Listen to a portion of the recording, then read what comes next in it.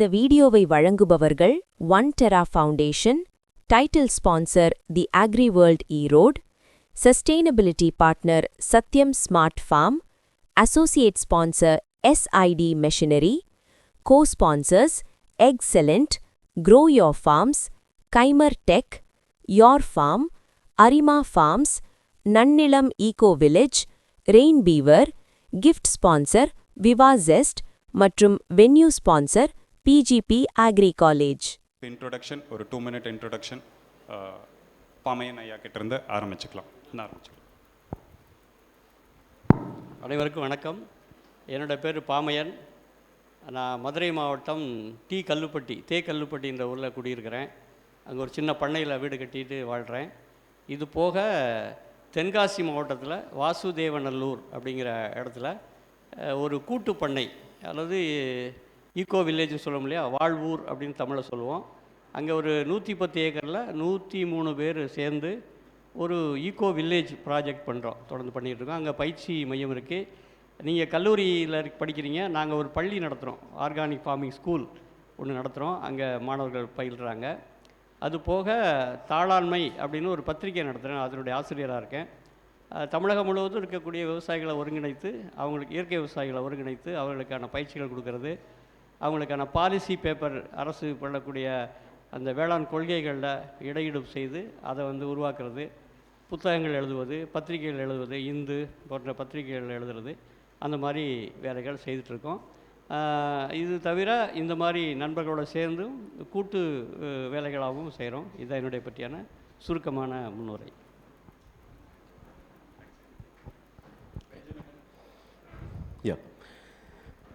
என் பேர் பெஞ்சமின்.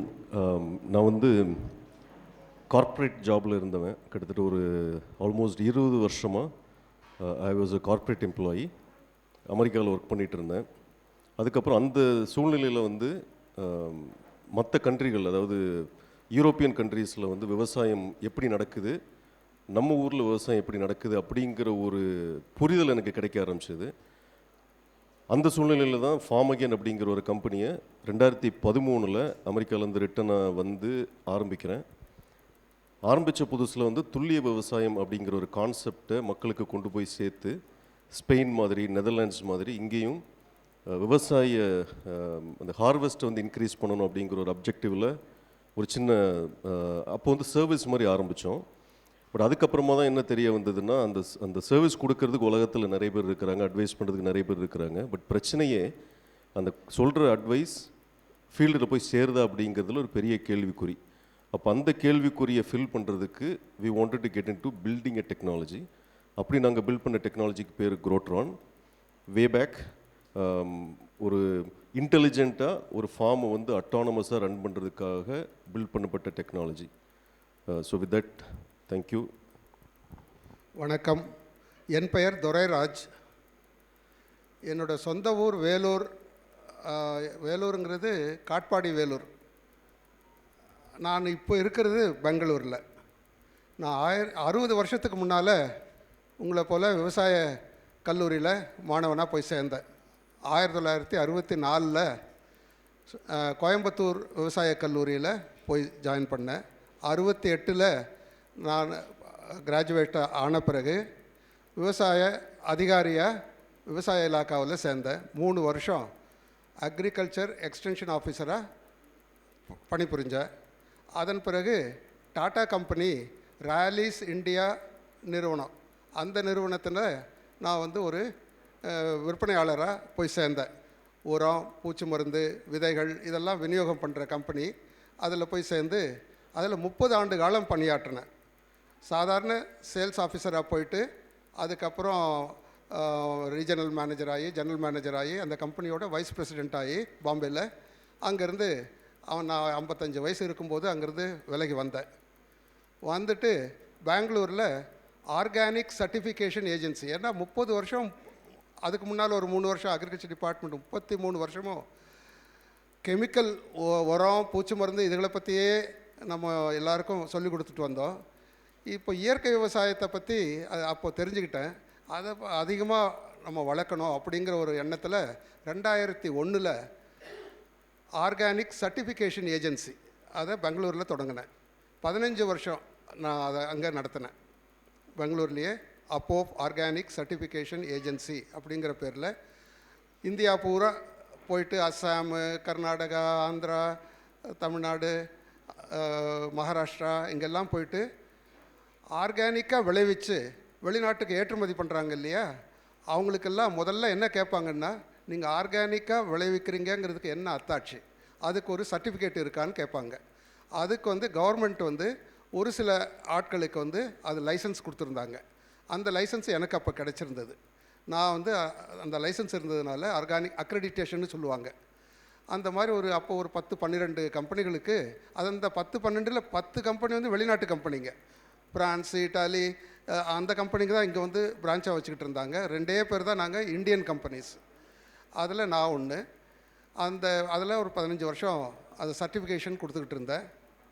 அதுக்கப்புறம் நான் கொஞ்சம் வேறு வேலைகளாக வெளிநாடுகளுக்கு போக வேண்டியிருந்தது. திரும்பி வந்துட்டு அதுக்கப்புறம் ஆர்கானிக் கன்சல்டன்சி பெரிய பெரிய கம்பெனிகள்லாம், இப்போது கொச்சியில் ஒரு கம்பெனி இருக்குது. அவங்க மஞ்சள் இந்த மாதிரி ஸ்பைசஸ் எல்லாம் விளைவிக்கிறவங்ககிட்டேருந்து வாங்கி அதை பதம் பண்ணி பவுடராக்கி வெளிநாட்டுகளுக்கு அனுப்புகிறாங்க. அந்த மாதிரி கம்பெனிகளுக்கு ஆர்கானிக்காக வேணும்னு அவங்க கேட்டாங்க. அது விவசாயிகளுக்கு ஆர்கானிக் ட்ரைனிங் ஈரோட்லலாம் போயிட்டு அவங்களுக்கு ட்ரைனிங் கொடுத்து அது பண்ண, அந்த மாதிரி ட்ரைனிங்கில் இருந்துக்கிட்டு வர்றேன். இதுதான் என்னோடய பேக்ரவுண்டு. தேங்க்யூ. அனைவருக்கும் வணக்கம். என் பேர் அருணேஸ்வர். சார் சொல்லியிருந்தார் அந்த மாதிரி ஜாம்பவான்கள் அப்படின்னு. ஸோ அந்த மாதிரி பெரிய ஜாம்பவான்கள் இருக்கக்கூடிய மேடையில் எனக்கும் வாய்ப்பு கொடுத்த கண்ட்ரி ஃபார்ம்ஸ்க்கு முதல்ல நான் நன்றி தெரிவிச்சுக்கிறேன். ஸோ நான் உங்களை மாதிரி ஒரு அக்ரி கிராஜுவேட் தான். நான் அக்ரிகல்ச்சர் தான் முடிச்சிருக்கேன். 2020 கம்ப்ளீட் பண்ணேன். ஸோ 2021 க்ரோ யுவர் ஃபார்ம்ஸ், இது ஒரு வேளாண் தொழில்நுட்ப நிறுவனம் நாங்கள் ஆரம்பித்தோம். ஆரம்பித்தது ஃபஸ்ட்டு பார்த்தீங்கன்னா இங்கே நாமக்கல் மாவட்டம் மோகனூரில் தான் ஆரம்பிச்சிருந்தோம். நான் பேசிக்காக பார்த்தீங்கன்னா தஞ்சாவூர் திருவையார் தான் என்னோடய ஊர். ஆனால் இங்கே காய்கறி விவசாயம் அதிகமாக பண்ணுறாங்கங்கிறதுனால ஸோ இங்கே நாங்கள் ஆரம்பித்தோம். ஸோ க்ரோ யுவர் ஃபார்ம்ஸில் பேசிக்காக என்ன பண்ணுறோன்னு பார்த்தீங்கன்னா, இன்றைக்கி நம்ம இந்தியா எல்லா பயிர்கள்லேயுமே உலகத்திலேயே நம்பர் 1, நம்பர் 2, நம்பர் 3 ஸோ இந்த மாதிரி பொசிஷனில் இருக்கும் உற்பத்தி பண்ணுறதில்ல ஓவரால் குவான்டிட்டியாக. பட் ஆனால் நம்ம விவசாயிங்க எடுக்கக்கூடிய ஈல்டு அப்படின்னு பார்த்தீங்கன்னா, நம்ம ஸ்ரீலங்காவை குறை சொல்லிகிட்டு இருக்கோம். நிறைய நாடுகள்லாம் இருப்பாங்க. ஸோ அந்த பங்களாதேஷ் இந்த நாடுகளை காட்டிலும், ஆப்கானிஸ்தான் இந்த நாடுகளை காட்டிலும் நம்ம ப்ரொடக்டிவிட்டிலேயும் ரொம்ப கம்மி. அதுக்கு முக்கிய காரணம் சரியான முறைகளில் நம்ம வேளாண்மையை பண்ணுறதில்ல. இன்றைக்கி எந்த ஒரு விவசாயியும் வேளாண்மையை தொழிலாக பண்ணுறதில்ல. ஸோ அதுதான் ஒரு அடிப்படை ஒரு ப்ராப்ளமாக நாங்கள் பார்த்தோம். உங்களை மாதிரி நிறையா ராவே ப்ரோக்ராம்ஸ்லாம் நிறைய பேர் போயிட்டுருப்பீங்க. உங்கள் சீனியர்ஸ் போனதை பார்த்துருப்பீங்க. ஸோ அது மாதிரி ஸோ அங்கேருந்து அந்த ஒரு இதில் தான், அந்த ஒரு தாட் ப்ராசஸில் தான் ஸோ இங்கே ஒரு பெரிய கேப் இருக்குது, அதை நம்ம எப்படியா அட்ரஸ் பண்ணணும் ஸோ அப்படிங்கிற ஒரு இதில் ஆரம்பித்தது தான் க்ரோ யுவர் ஃபார்ம்ஸ். ஸோ நாங்கள் பார்த்தீங்கன்னா ஸோ ஸ்டார்டிங்கில் மல்டிபிள் மாடல்ஸ் ட்ரை பண்ணி இப்போ ஸோ டெக், அதாவது க்ரோ ஃபார்மர்ஸ் ஆப் அப்படின்ட்டு ஒரு மொபைல் அப்ளிகேஷன் வச்சுருக்கோம். அதில் ஃபார்மர்ஸ் இருந்த இடத்துலையே எங்கே இருக்காங்களோ அந்த இடத்துலையே அவங்களுக்கு எல்லா விதமான இன்ஃபர்மேஷன்ஸ், இடுபொருள் ஆர்டர் பண்ணிக்கலாம். ஸோ என்ன பெஸ்ட்டு டிசீஸ், அது நோய் தாக்கம், அது எல்லாமே அவங்களே பார்த்துக்கலாம். ஸோ அந்த மாதிரி இதெல்லாம் பண்ணுறோம். நெக்ஸ்ட் இடுபொருள் நிலையம். இன்றைக்கி நம்ம நிறையா அக்ரி கிராஜுவேட்ஸ் இப்போ இன்ஜினியரிங் மாதிரி நிறையா நம்ம அக்ரி கிராஜுவேட்ஸும் நிறையா வந்துட்டுருக்கோம். ஸோ அப்போ இங்கே எல்லாருக்கும் ஜாப் ஆப்பர்ச்சுனிட்டிஸ் இருக்கான்னு பார்த்தீங்கன்னா கிடையாது. ஸோ இப்போ நெக்ஸ்ட் நம்ம ஜாப் போகணுன்னு அவசியமும் இல்லை. ஸோ நம்ம நம்மளே நம்ம ஏரியாஸில் இடுபொருள் நிலையம் ஆரம்பிக்கலாம். ஸோ அது மாதிரி நிறையா சர்வீசஸ் இருக்குது. ஸோ இடுபொருள் நிலையம் ஆரம்பிக்கிறதுல நிறைய சேலஞ்சஸ் இருக்குது இன்றைக்கி. ஸோ அதுக்கு நாங்கள் க்ரோ யுவர் ஃபார்ம்ஸ்லேருந்து ஒரு ஃப்ரான்ச்சைஸியாக கொடுக்குறோம். அதாவது ஒரு உரக்கடை ஆரம்பிக்கிறதுக்கு நாங்கள் ஃப்ரான்ச்சைஸி கொடுக்குறோம். ஸோ அது மாதிரி இப்போ எங்களுக்கு ஈரோட்டில் 3, திருச்சியில் 1 இருக்குது. ஸோ இந்த வருஷம் இன்னும் ஒரு 10 ஃப்ரான்ச்சைசிஸ் புதுசாக தமிழ்நாட்டில் வருது. ஸோ இதுதான் க்ரோ யுவர் ஃபார்ம்ஸோட இது. தேங்க்யூ. சின்ஸ் இது ஸ்டார்டிங்கை டெக்னாலஜி ரிலேட்டடாக கொண்டு போகணும் அப்படிங்கிறது தான் நம்மளோட இது. அவர் சொன்ன மாதிரி, அருணேஸ்வர் சொன்ன மாதிரி, இன்றைக்கி மெயின் ட்ராபேக் நம்மக்கிட்ட என்னென்னா, ஃபார்மிங் எல்லாத்துக்கும் தெரியும், இல்லை பெரிய பெரிய ஃபார்மர்ஸ் ரொம்ப நாள் இருந்தவங்க கூட ஈல்டு பார்த்திங்கன்னா ரொம்ப கம்மியாக இருக்குது. அதுக்கு ரீசன் என்ன அப்படின்னு பார்த்தீங்கன்னா, நிறையா இப்போது டெக்னாலஜி இருக்குது, அந்த டெக்னாலஜியை ப்ராப்பராக நம்ம யூஸ் பண்ணுறதில்ல. ஸோ அதை யூஸ் பண்ணுறது எப்படிங்கிறது தெரிஞ்சுக்கிறது தான் நம்ம இப்போது இவங்ககிட்ட டிஸ்கஷனே வச்சுருக்கோம். ஓகே, எல்லாத்தோட ஜென்ரல் கொஸ்டின் இருந்தாலே இப்போது லெட் ஸ்டார்ட் வித் ஸ்டூடெண்ட்ஸுக்கு வந்து இப்போ வந்து ஐஓடி அப்படின்னா என்ன அப்படிங்கிறது தான் ஃபஸ்ட்டு ஸ்டார்டிங்காக இருக்கும். ஸோ நீங்கள் ப்ராபப்ளி அதை டச் பேஸ் பண்ணி அப்படியே கம்யூனிட்டி ஃபார்மிங்க்கு அப்படியே வரிசையாக ஒன்றுக்கா போவோம், சர்டிஃபிகேஷனுக்கு வருவோம். அப்படியே உங்கள் எல்லார் வீட்லேயும் ஃப்ரிட்ஜ் இருக்குல்ல, எல்லா வீட்லேயும் இருக்குது. இப்போ நிறைய ஃப்ரிட்ஜ் அட்வர்டைஸ்மெண்ட்டில் ஃப்ரெஷ்ஷாக இருக்குதா இல்லையான்னு உங்கள் மொபைல் ஆப்பில் நோட்டிஃபிகேஷன் வருதுன்னுலாம் ஆட் போடுறது பார்த்துருக்குறீங்களா? பார்த்தது இல்லையா? அது மாதிரி மைக்ரோவேவ் இருக்குல்ல, மைக்ரோவேவ் வந்து கண்டிப்பாக இது நிறைய பேர் நீங்கள் பார்த்துருக்கலாம். எல்ஜியில் பர்டிகுலராக நீங்கள் வந்து ரெசிப்பியை வந்து உங்கள் ஃபோனில் செலக்ட் பண்ணி ஸ்டார்ட் அப்படின்னு அந்த மொபைல் ஆப்பில் போட்டிங்கன்னா மைக்ரோவேவ் அந்த ரெசிபி, இப்போ ஃபிஷ் டிக்கா அப்படின்னா ஃபிஷ் டிக்காவுக்கு ஏற்றாப்பில் அது ரன் ஆக ஆரம்பிக்கும். ஸோ பேசிக்கலி எனி டிவைஸ், ஃபேனாக இருக்கலாம், ஏசியாக இருக்கலாம், உங்கள் refrigerator, whatever it is, or your car. இப்போ நிறைய கார் வந்து நீங்கள் ஆப்லேயே ஸ்டார்ட் பண்ணலாம். So any device that can communicate to you through internet, அது பேர் தான் இன்டர்நெட் ஆஃப் திங்ஸ். ரொம்ப சிம்பிளஸ்ட் எக்ஸ்பிளனேஷன்னா எனி டிவைஸ். இப்போ நிறைய பேர் வந்து ஃபேனை வந்து நீங்கள் ரிமோட்டில் ஆன் பண்ணலாம், உங்கள் கேட்டை கொஞ்சம் ரிமோட்லேருந்து நீங்கள் வந்து through your app you can turn on. So நீங்கள் வச்சிருக்கக்கூடிய எந்த appliance or thing can connect itself to internet and either give you some information or can take information and act based on the command you give. That is called IOT. இதை எப்படி அக்ரிகல்ச்சரில் எங்கெல்லாம் use பண்ணலாம்? நீங்கள் எங்கே start பண்ணியிருக்கீங்க? இந்த க்ரோட்ரான் பற்றி பேசுனீங்க. ஸோ க்ரோட்ரான் என்ன பண்ணும், அது எங்கேருந்து ஃபார்மருக்கு யூஸ்ஃபுல்லாக இருக்குது? ரைட். சரி, ஆக்சுவலாக பொதுவாகவே இந்த IoT works in tandem with artificial intelligence or any intelligence, right? So நாங்கள் வந்து எதனால் இந்த ஐஓடி யூஸ் பண்ண வேண்டிய அவசியம் வந்ததுன்னா, நான் ஏற்கனவே சொன்ன மாதிரி ஒரு விவசாயிக்கு வந்து இப்போ இன்ஃபர்மேஷன் இருக்குது. இப்போ வந்து நான் இப்போ ஐயா சொல்லுவாங்க புட்டு பதத்தில் மண் இருக்கணும் அப்படின்ட்டு, ரைட்டா? பட் அந்த புட்டு பதத்தில் நான் எப்பயுமே எப்படி மெயின்டைன் பண்ணுறது? அப்போ அங்கே தான் வந்து அந்த 2015 நாங்கள் எங்களுடைய செயற்கை நுண்ணறிவுக்கான வேலை ஆரம்பித்தோம். என்ன பண்ணுறோம், இப்போ வந்து மண் எப்படி இருக்குது, நல்ல புட்டு பதத்தில் இருக்குதுன்னு வச்சுப்போம். நெக்ஸ்ட்டு வந்து அந்த புட்டு பதம் எப்போ தவறும் அப்படிங்கிறத கணிக்கிறதுக்கு நாங்கள் வந்து ஃபஸ்ட்டு இந்த ஆர்டிஃபிஷியல் இன்டெலிஜென்ஸை உள்ளே கொண்டு வரோம். சரி, அதை வந்து ஒரு கணிப்பு கொடுக்குது. நாளைக்கு காலையில் ஒரு 10 மணிக்கு மண் வந்து காய ஆரம்பிச்சிரும், இட் லூஸ் இட்ஸ் புட்டு பதம் அப்படின்னு வச்சுக்கோங்க. தென் அந்த ஆர்டிஃபிஷியல் இன்டெலிஜென்ஸ் என்ன பண்ணும், இன்னொரு மாடல், இன்னொரு செகண்டரி ப்ரெடிக்ஷன் பண்ணும். சரி, நாளைக்கு காலையில் 10 மணிக்கு நான் அந்த சாயில் காயக்கூடாது, அப்போ எப்போ எவ்வளோ நேரம் இரிகேஷன் பண்ணணும் அப்படிங்கிற செகண்டரி ப்ரெடிக்ஷனை இன்னொரு மாடல் பண்ணும். இது எல்லாமே பாஸ்ட் டேட்டா வச்சு தான் பண்ணும். அஸ்யூமிங் நாளை காலையில் 8 மணிக்கு ஒரு 15 நிமிஷம் இரிகேஷன் கொடுத்தோம்னா பேஸ்ட் ஆன் பாஸ்ட் ஹிஸ்ட்ரி அந்த புட்டு பதம் மெயின்டைன் ஆகும் அப்படின்னு அந்த ப்ரெடிக்ஷன் வந்ததுன்னா அது யார் போய் கிரவுண்டில் பண்ணுறது? அதுக்கு தான் இந்த IoT comes into picture.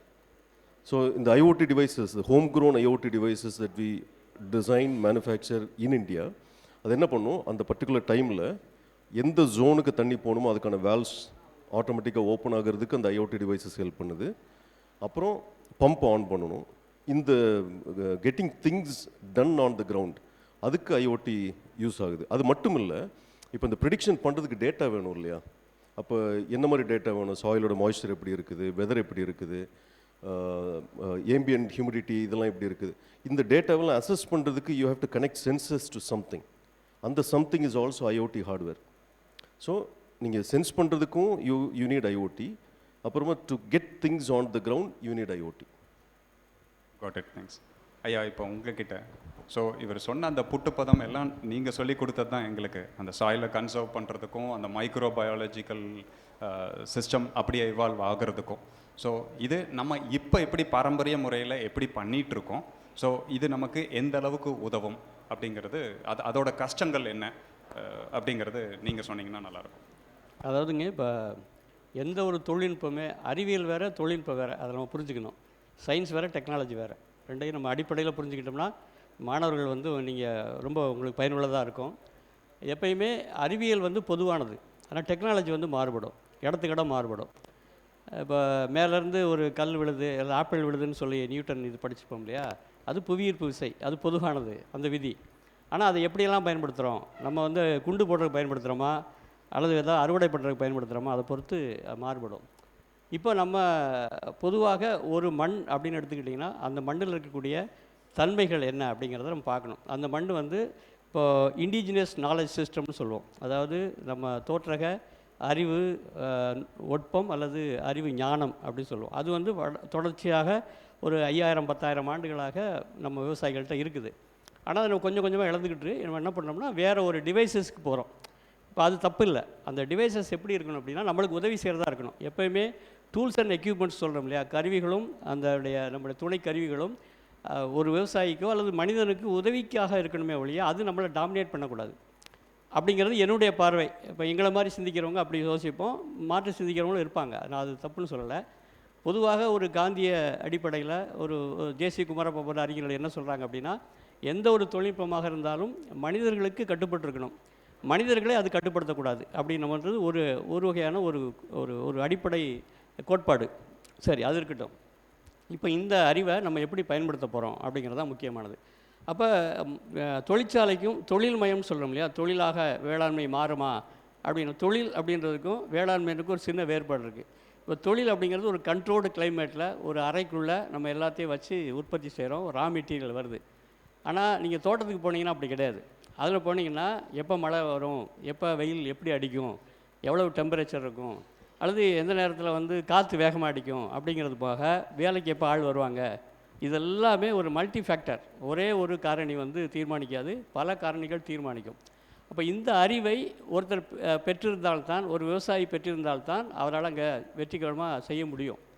இப்போ எடுத்துக்காட்டால் நீங்கள், எனக்கு தெரிஞ்ச நண்பர் ஒருத்தர் அமெரிக்காவில் இருந்துட்டு இங்கே ரிமோட்டில் வந்து தண்ணி பாய்ச்சினார். நான் சொன்னேன், ஒருத்தர் வேலைக்கு வைங்க, அவருக்கு கொஞ்சம் சம்பளம் கொடுங்க, அவர் பார்த்துக்குவார் அப்படின்னு சொன்னேன். ஆனால் அவர் என்ன பண்ணார்னா, அதை விட சம்பளத்தை குறைக்கணுன்றக்காக என்ன பண்ணார்னா, அமெரிக்காவிலேருந்து நான் ரிமோட்டில் தண்ணி பாய்ச்சுறேன் அப்படின்னு சொன்னார். நான் ஒரு 5 ஆண்டு கழித்த பிறகு அவர் சந்தித்தேன். அவர் என்ன சொன்னார் அப்படின்னா, சார் எல்லாமே பிஞ்சு போச்சு, நாங்கள் தண்ணி பாய்ச்சினா வேறு இடத்துக்கு தண்ணி போகுது அப்படிங்கிறார். இது ஒரு நடைமுறை சிக்கல். அப்போ மண்ணை வளப்படுத்துறதுக்கான அறிவை ஒவ்வொரு விவசாயியும் பெற்றிருக்கணும். ஒரு விவசாயி விஞ்ஞானியாக இருக்கணும், அதுதான் வந்து அடிப்படை. அப்போ அதுக்கு இப்போ ஒன்றும் இல்லை, நீங்கள் கால்குலேட்டர் பயன்படுத்துகிறீங்க, தப்பு இல்லை. ஆனால் 15 அப்படின்னு பெருக்க தெரியுதுனால குழந்தைகளுக்கு இப்போ தெரியல. ஒரு காலத்தில் 256 16 16 256 அப்படின்னு சொல்லக்கூடிய ஒரு நமக்குள்ளே ஒரு கால்குலேட்டர் இருந்துச்சு இல்லையா, அந்த கால்குலேட்டர் நம்ம இழந்துக்கிட்டே வரோம். அப்போ நம்ம என்ன செய்யணும்னா, அடிப்படையில் கருவிகளை நமக்கு பயன்படுத்தலாம், தப்பு இல்லை. ஆனால் அதுக்கான அறிவை நம்ம பெற்றுக்கொள்ளணும். அப்போ அந்த அடிப்படையில் மண் அப்படிங்கிறது எந்த வகையான மண், இப்போ நம்முடைய மரபு சார்ந்து என்ன சொல்லுவாங்கன்னா, செம்மண், கருப்பு மண், வண்ணத்தை வச்சு கண்டுபிடிக்கிறது, சுவையை வச்சு கண்டுபிடிக்கலாம். ஒரு சுவையை வந்து மண்ணை எடுத்து நீங்கள் நாக்கில் போட்டிங்கன்னா அது உப்பு கரிக்குதா, கொஞ்சம் இனிப்பாக இருக்கா, மந்தமாக இருக்கா அப்படின்றதுக்கான நிறையா பேராமீட்டர்ஸ் இருக்குது, அது மூலமாக கண்டுபிடிக்கலாம். இது வந்து ஃபிசிக்கல் கேரக்டர். அப்புறம் கெமிக்கல் கேரக்டர் இருக்குது, அதை வந்து நம்ம வந்து ஒரு வகையாக கண்டுபிடிக்கணும். அப்புறம் பயாலஜிக்கல் கேரக்டர், அதுதான் ரொம்ப முக்கியமானது. இப்போ 3 வகையான மாற்றம் நடக்கும். ஒன்று வந்து ஃபிசிக்கல் சேஞ்ச், ஒரு ஒரு ஒரு மண்ணில் ஒரு மாற்றம் நடக்கும்போது ஒரு உடையிறது, ஒரு பெரிய கல்லானது நொறுங்கி மண்ணாக மாறும், அது வந்து இயல்பியல் மாற்றம் அப்படின்னு சொல்லலாம். ஆனால் அதுவே ரசாயன மாற்றம் அல்லது வேதியியல் மாற்றம் என்பது 2 பொருட்கள் சேர்ந்து, ரசாயனங்கள் சேர்ந்து மாறக்கூடியது. பயாலஜிக்கல் சேஞ்சுங்கிறது அங்கே உள்ள ஆர்கானிசம் இருக்குல்ல, மைக்ரோ ஆர்கானிசம், நுண்ணுயிர்கள், அப்புறம் பூஞ்சாலங்கள், அதெல்லாம் சேர்ந்து ஒரு மாற்றத்தை நடத்தும். இந்த 3 வகையான மாற்றங்கள் நடக்கும். இப்போ இந்த 3 வகையான மாற்றங்களும் ஒரு பேலன்ஸ்டாக இருக்கா அப்படிங்கிறது ரொம்ப முக்கியமானது. இப்போ மண் ஐயா சொன்னாங்க இல்லையா, புட்டு பதம் அப்படிங்கிறது ஒரு இண்டிகேட்டர் எப்படி இருக்கணும்னா, அப்போ பொலபொலப்பாக இருக்கணும். நீங்கள் ஒரு நல்ல மண் எப்படி இருக்கணும் அப்படின்னா, ஒரு பேனாவையோ குச்சி எடுத்துகிட்டு அப்படி மண்ணில் அப்படி அழுத்துனீங்கன்னா மண்ணில் பொலன்னு போகணும். அது மணல் இல்லை, மணல் வேறு மண் வேறு, சாயில் வேறு, சேண்ட் வேறு, அது புரிஞ்சுக்கணும். அப்போ இந்த மணல் அப்படி போகும் பொழுது அதுக்கு அந்த பொலபொலப்பு தன்மை எப்படி வரும் அப்படின்னா, அங்கே இருக்கக்கூடிய மைக்ரோ ஆர்கானிசம்ஸ், அந்த நுண்ணுயிர்கள் தான். அந்த நுண்ணுயிர்களுக்கான உணவு என்னென்னா, தாவர கழிவும் விலங்கு கழிவும், 2 வகையான கழிவுகளும் மண்ணில் இருந்துக்கிட்டே இருக்கணும். அதுதான் நம்ம மல்ச்சின்னு சொல்கிறோம், மூடாக்குன்னு சொல்லுவோம், பல வடிவங்களை சொல்கிறோம், குப்பைன்னு சொல்லுவோம், இங்கே வந்து கோழி கழிவுன்னு சொல்லுவோம், இப்படி பல வகைகள் சொல்லலாம். அப்போ இந்த கார்பன் நைட்ரஜன் ரேஷியோ அப்படின்னு சொல்லுவோம், CN ரேஷியோ அப்படின்னு சொல்லுவோம். அதில் 30:1, 30 பங்கு கார்பன் இருக்கணும், 1 பங்கு நைட்ரஜன், தழைச்சத்துன்னு சொன்னாங்க இல்லையா. இப்போ இங்கே கிடைக்கக்கூடிய தழைச்சத்துங்கிறது மிகப்பெரிய ரிசோர்ஸ், அது நம்ம சரியாக பயன்படுத்தலை, அது வேறு கேள்வி. இப்போ இந்த விகிதாச்சாரத்தை அடிப்படையில் மண்ணில் இருக்கக்கூடிய தன்மைகள், அப்புறம் 50 பூதங்களும் அதுக்குள்ளே சரியாக இருக்கணும். அந்த மண் நல்லா இருக்கணும்னா 5 பூதங்கள் என்ன, நிலம், நீர், தீ, வழி, அது வெளின்னு ஒரு ஸ்பேஸ், அது அந்த விசும்புன்னு சொல்கிறோமே அது ஸ்பேஸ்.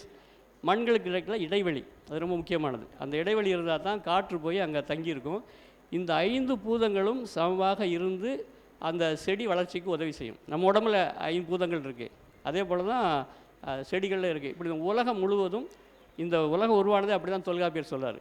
50 பூதங்களுடைய இணைப்பு தான் உலகம் சொல்கிறார். ஆக இந்த தத்துவத்தை நம்ம புரிஞ்சுக்கிட்டோம்னா மண்ணை எப்படி வந்து வளப்படுத்துறது. அப்புறம் இன்னொன்று ஈல்டை பெருக்கிறது அப்படி இருக்கு இல்லையா, அது வந்து ஒரு ஒரு ஒரு ரிலேட்டிவ் டேர்ம் தான். இப்போ நம்ம ஒரு வகையால் ப்ரொடக்டிவிட்டி அப்படின்னு பார்த்தீங்கன்னா அதிகமான விளைச்சல் அப்படின்னு போனீங்கன்னா அது தப்பாக போயிடும். அதிகமான விளைச்சல் ஆப்டிமம் தான் எடுக்க முடியும், மேக்ஸிமம் பண்ணக்கூடாது. ஏன் பண்ணக்கூடாதுன்னா ஒரு தாய், ஒரு பெண் இருக்காங்கன்னு வச்சுக்கலாம், எத்தனை குழந்தை பெற்றுக்கலாம், ஒரு அளவு இருக்குல்ல. அப்போ அதுக்கு மேலே குழந்தை பெற்றா அந்த தாய் என்ன ஆவாங்க? அப்போ இந்த மண் என்பது ஒரு தாய். அப்போ நீங்கள் ப்ரொடக்டிவிட்டியை இன்க்ரீஸ் பண்ணுறேன்னு சொல்லிட்டு கெமிக்கலை போட்டுக்கிட்டே இருந்தீங்கன்னா அந்த மண் என்ன ஆகும் யோசிச்சு பாருங்கள். அப்போ இதுக்கு ஒரு கணக்கு இருக்குது. அந்த கேரிங் கெப்பாசிட்டி, பேலன்ஸ்டு, இது நிறைய இப்போ தியரி வந்துருச்சு. இப்போ நம்ம வந்து ஒரு 50 ஆண்டுகளுக்கு முன்னாடி இருக்கிறோம். நம்முடைய டெக்னாலஜி, யூனிவர்சிட்டியில் படிக்கிறது எல்லாமே பார்த்திங்கன்னா ஒரு 50 ஆண்டுகளுக்கு முன்னாடி என்ன சிலபஸ் தயாரிச்சிருந்தாங்களோ அதை தான் பார்த்துக்கிட்டு இருக்கோம்.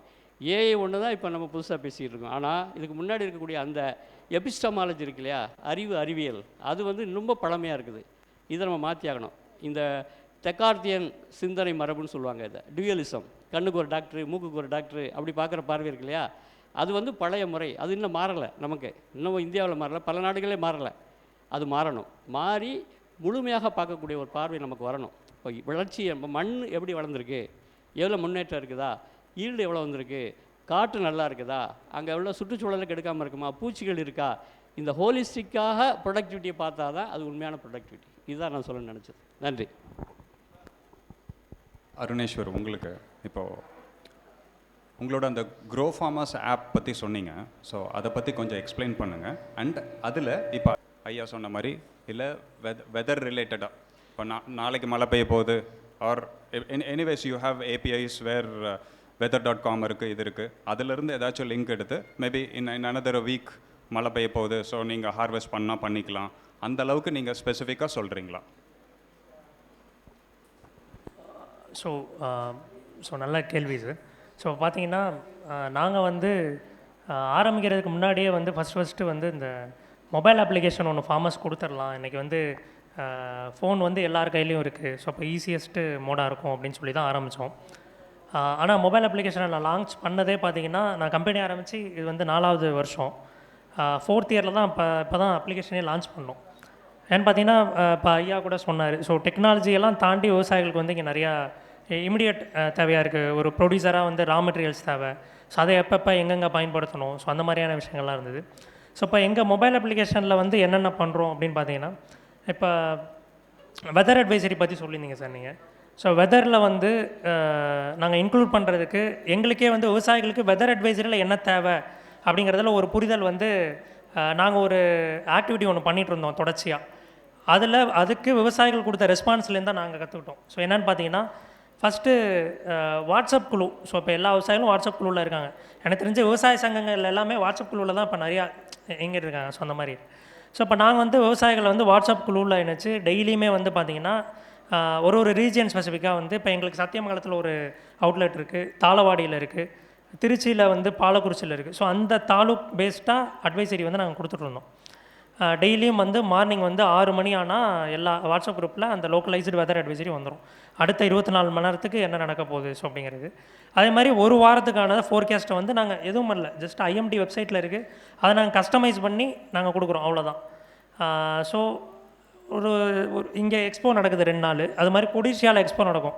நாங்கள் எங்கள் டீம் எல்லாமே வந்து நாங்கள் அங்கே பிஸி ஆகிட்டோம். ஒரு 3-4 நாள் வந்து அதை பற்றி எங்களுக்கு சிந்தனை வரல, நாங்கள் வாட்ஸ்அப் குழுவில் எதுவும் போடாமல் விட்டோம்.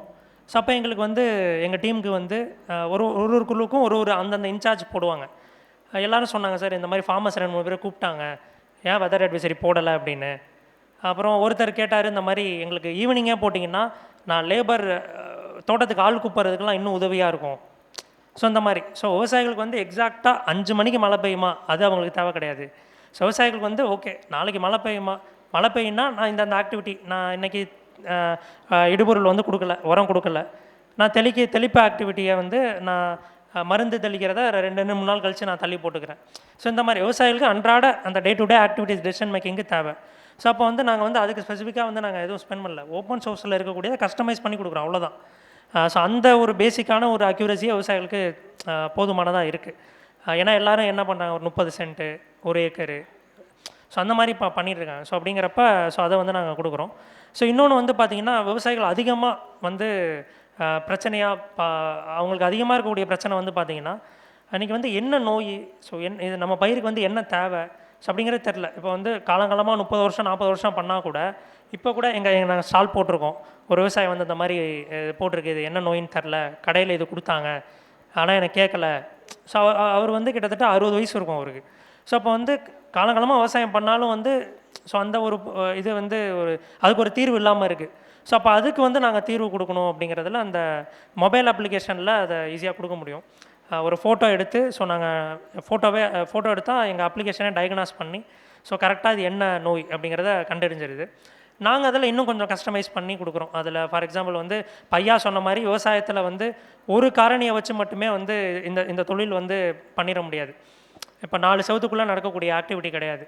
ஸோ இது ஸோ ஆள் பற்றாக்குறை இருக்குது. ஸோ இன்றைக்கி வந்து விவசாயம் வந்து ஆள் பற்றாக்குறையால் இயங்கிட்டு இருக்கக்கூடிய ஒரு இந்த டிகேட் வந்து லேபர் டிரைவன் அப்படின்னு சொல்லுவாங்க ஃபார்மிங்கை வந்து. ஸோ அந்த மாதிரி ஸோ அப்போ வந்து நாங்கள் வந்து கிளைமேட்டை கன்சிடர் பண்ணிக்கிறோம், அந்த விவசாயி அவரோட சாயிலை கன்சிடர் பண்ணிக்கிறோம், அதெல்லாம் பேஸ் பண்ணி நாங்கள் கரெக்டான தீர்வுகளை வந்து நம்ம கொடுக்குறோம். ஸோ இதுதான் வந்து நம்ம பண்ணிகிட்ருக்கோம் சார்.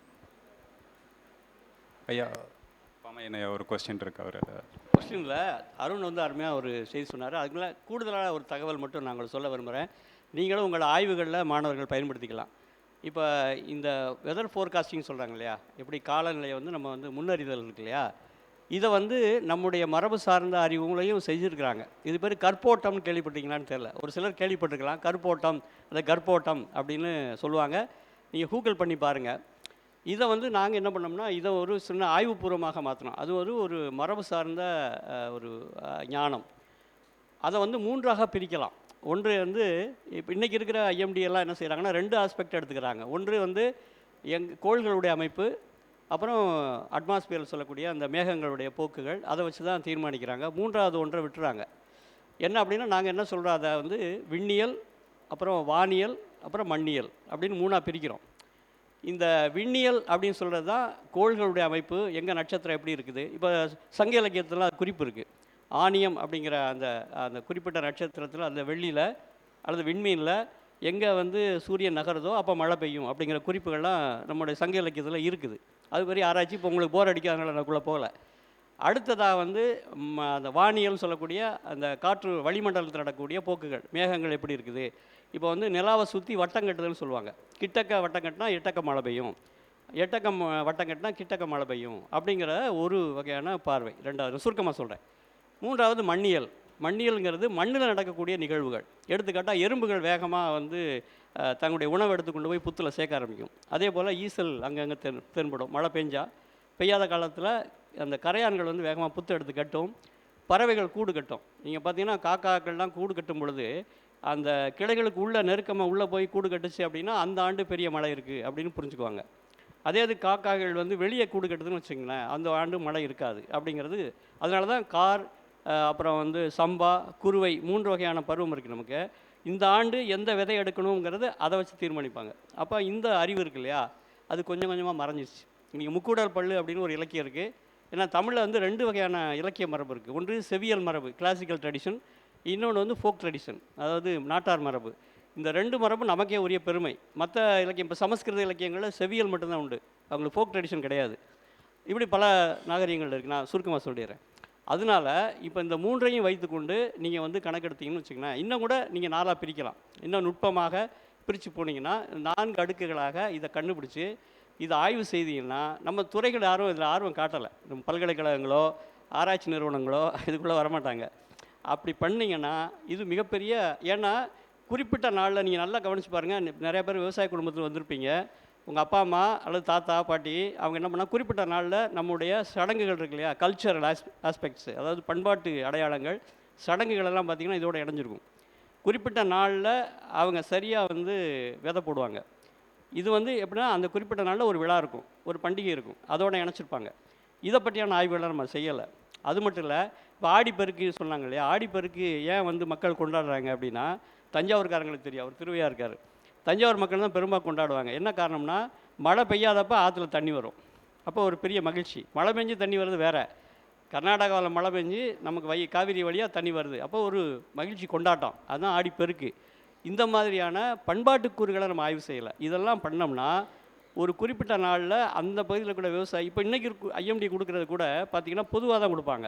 இந்த மாவட்டத்தில் மழை பெய்யும், 10 மாவட்டங்கள் மழை பெய்யும் அப்படியே சொல்லுவாங்களுடைய. குறிப்பாக வாசுதேவனூரில் மழை பெய்யுமா, நாமக்கல்லில் மழை பெய்யுமா, குறிப்பாக நாமக்கல்லில் கூட ஒரு கிராமத்தில் பெய்யுமான்னு சொல்ல முடியாது. ஆனால் இந்த ட்ரெடிஷ்னல் விஸ்டம் இருக்கு இல்லையா, இந்த மூலமாக நீங்கள் பார்த்தீங்கன்னா குறிப்பிட்ட நாளில் போட்டுருவாங்க, ஒரு வாரத்தில் முன்ன பின்ன மழை பெய்யும். அவ்வளோ நுட்பமாக பார்க்கக்கூடிய அறிவு இருக்கும். இதையும் நம்ம வந்து மாணவர்களாகி நீங்கள் வந்து கணக்கில் எடுத்துக்கிட்டு, யாராவது ஆர்வமாக சொன்னீங்கன்னா தொடர்பு கொள்ளுங்கள். நாங்கள் ஒரு குழு இருக்கிறோம், ஒரு டீம், இதை பற்றி ஆராய்ச்சி பண்ணக்கூடிய கூட்டமாக இருக்கிறோம். எங்களோட இணைஞ்சு நீங்கள் சிறப்பாக செய்யலாம். நன்றி. ஸோ ட்ரெடிஷ்னலாக யாராச்சும் இன்ட்ரெஸ்டடாக இருந்தீங்கன்னா ஐயாவோட நம்பர் தரோம், ரீச் பண்ணுங்கள், பார்த்துக்கலாம். ஓகே. அநேகமாக நமக்குள்ள ஏஐ நம்ம இழந்ததுனால தான் வந்து ஐயா சொன்ன மாதிரி இப்போ ஏஐ பயன்படுத்தும். அதனால தான் நீங்களே உங்கள் குரோ ஃபார்மர்ஸ் ஆப்பில் பண்ணிடலாம். ட்ரெடிஷ்னல் வே, கன்வென்ஷனல் வே, இல்லை ஐஓடி வே மாற்றிக்கோங்க, மாற்றிட்டு இதை கூட சேர்த்திக்கோங்க. அவ்வளோ சரியா? ஐயா, உங்களுக்கு ஒரு கேள்வியா, இப்போது இதெல்லாம் கரெக்டாக பண்ணிட்டாங்க, ஒரு ஃபார்மிங் எல்லாம் பண்ணுறாங்க, பண்ணி முடிச்சுட்டு இப்போது நான் எக்ஸ்போர்ட் பண்ணணும் இல்லை இது பண்ணணுன்னாலே இப்போ எங்கேனாலும் ஒரு சர்டிஃபிகேட் வேணும். இப்போ ஸோ அந்த சர்டிஃபிகேஷனுக்கு இப்போ எல்லாம் ப்ராப்பராக பண்ணிட்டோம் அப்படின்னா ஆர்கானிக் சர்டிஃபிகேஷனுக்கு என்ன ப்ராசஸ், என்ன நீங்கள் என்ன மாதிரி ஹெல்ப் பண்ணுவீங்க எங்களுக்கு அப்படிங்கிறது ஒரு குயிக்காக சொல்லிங்கன்னா. ஓகே.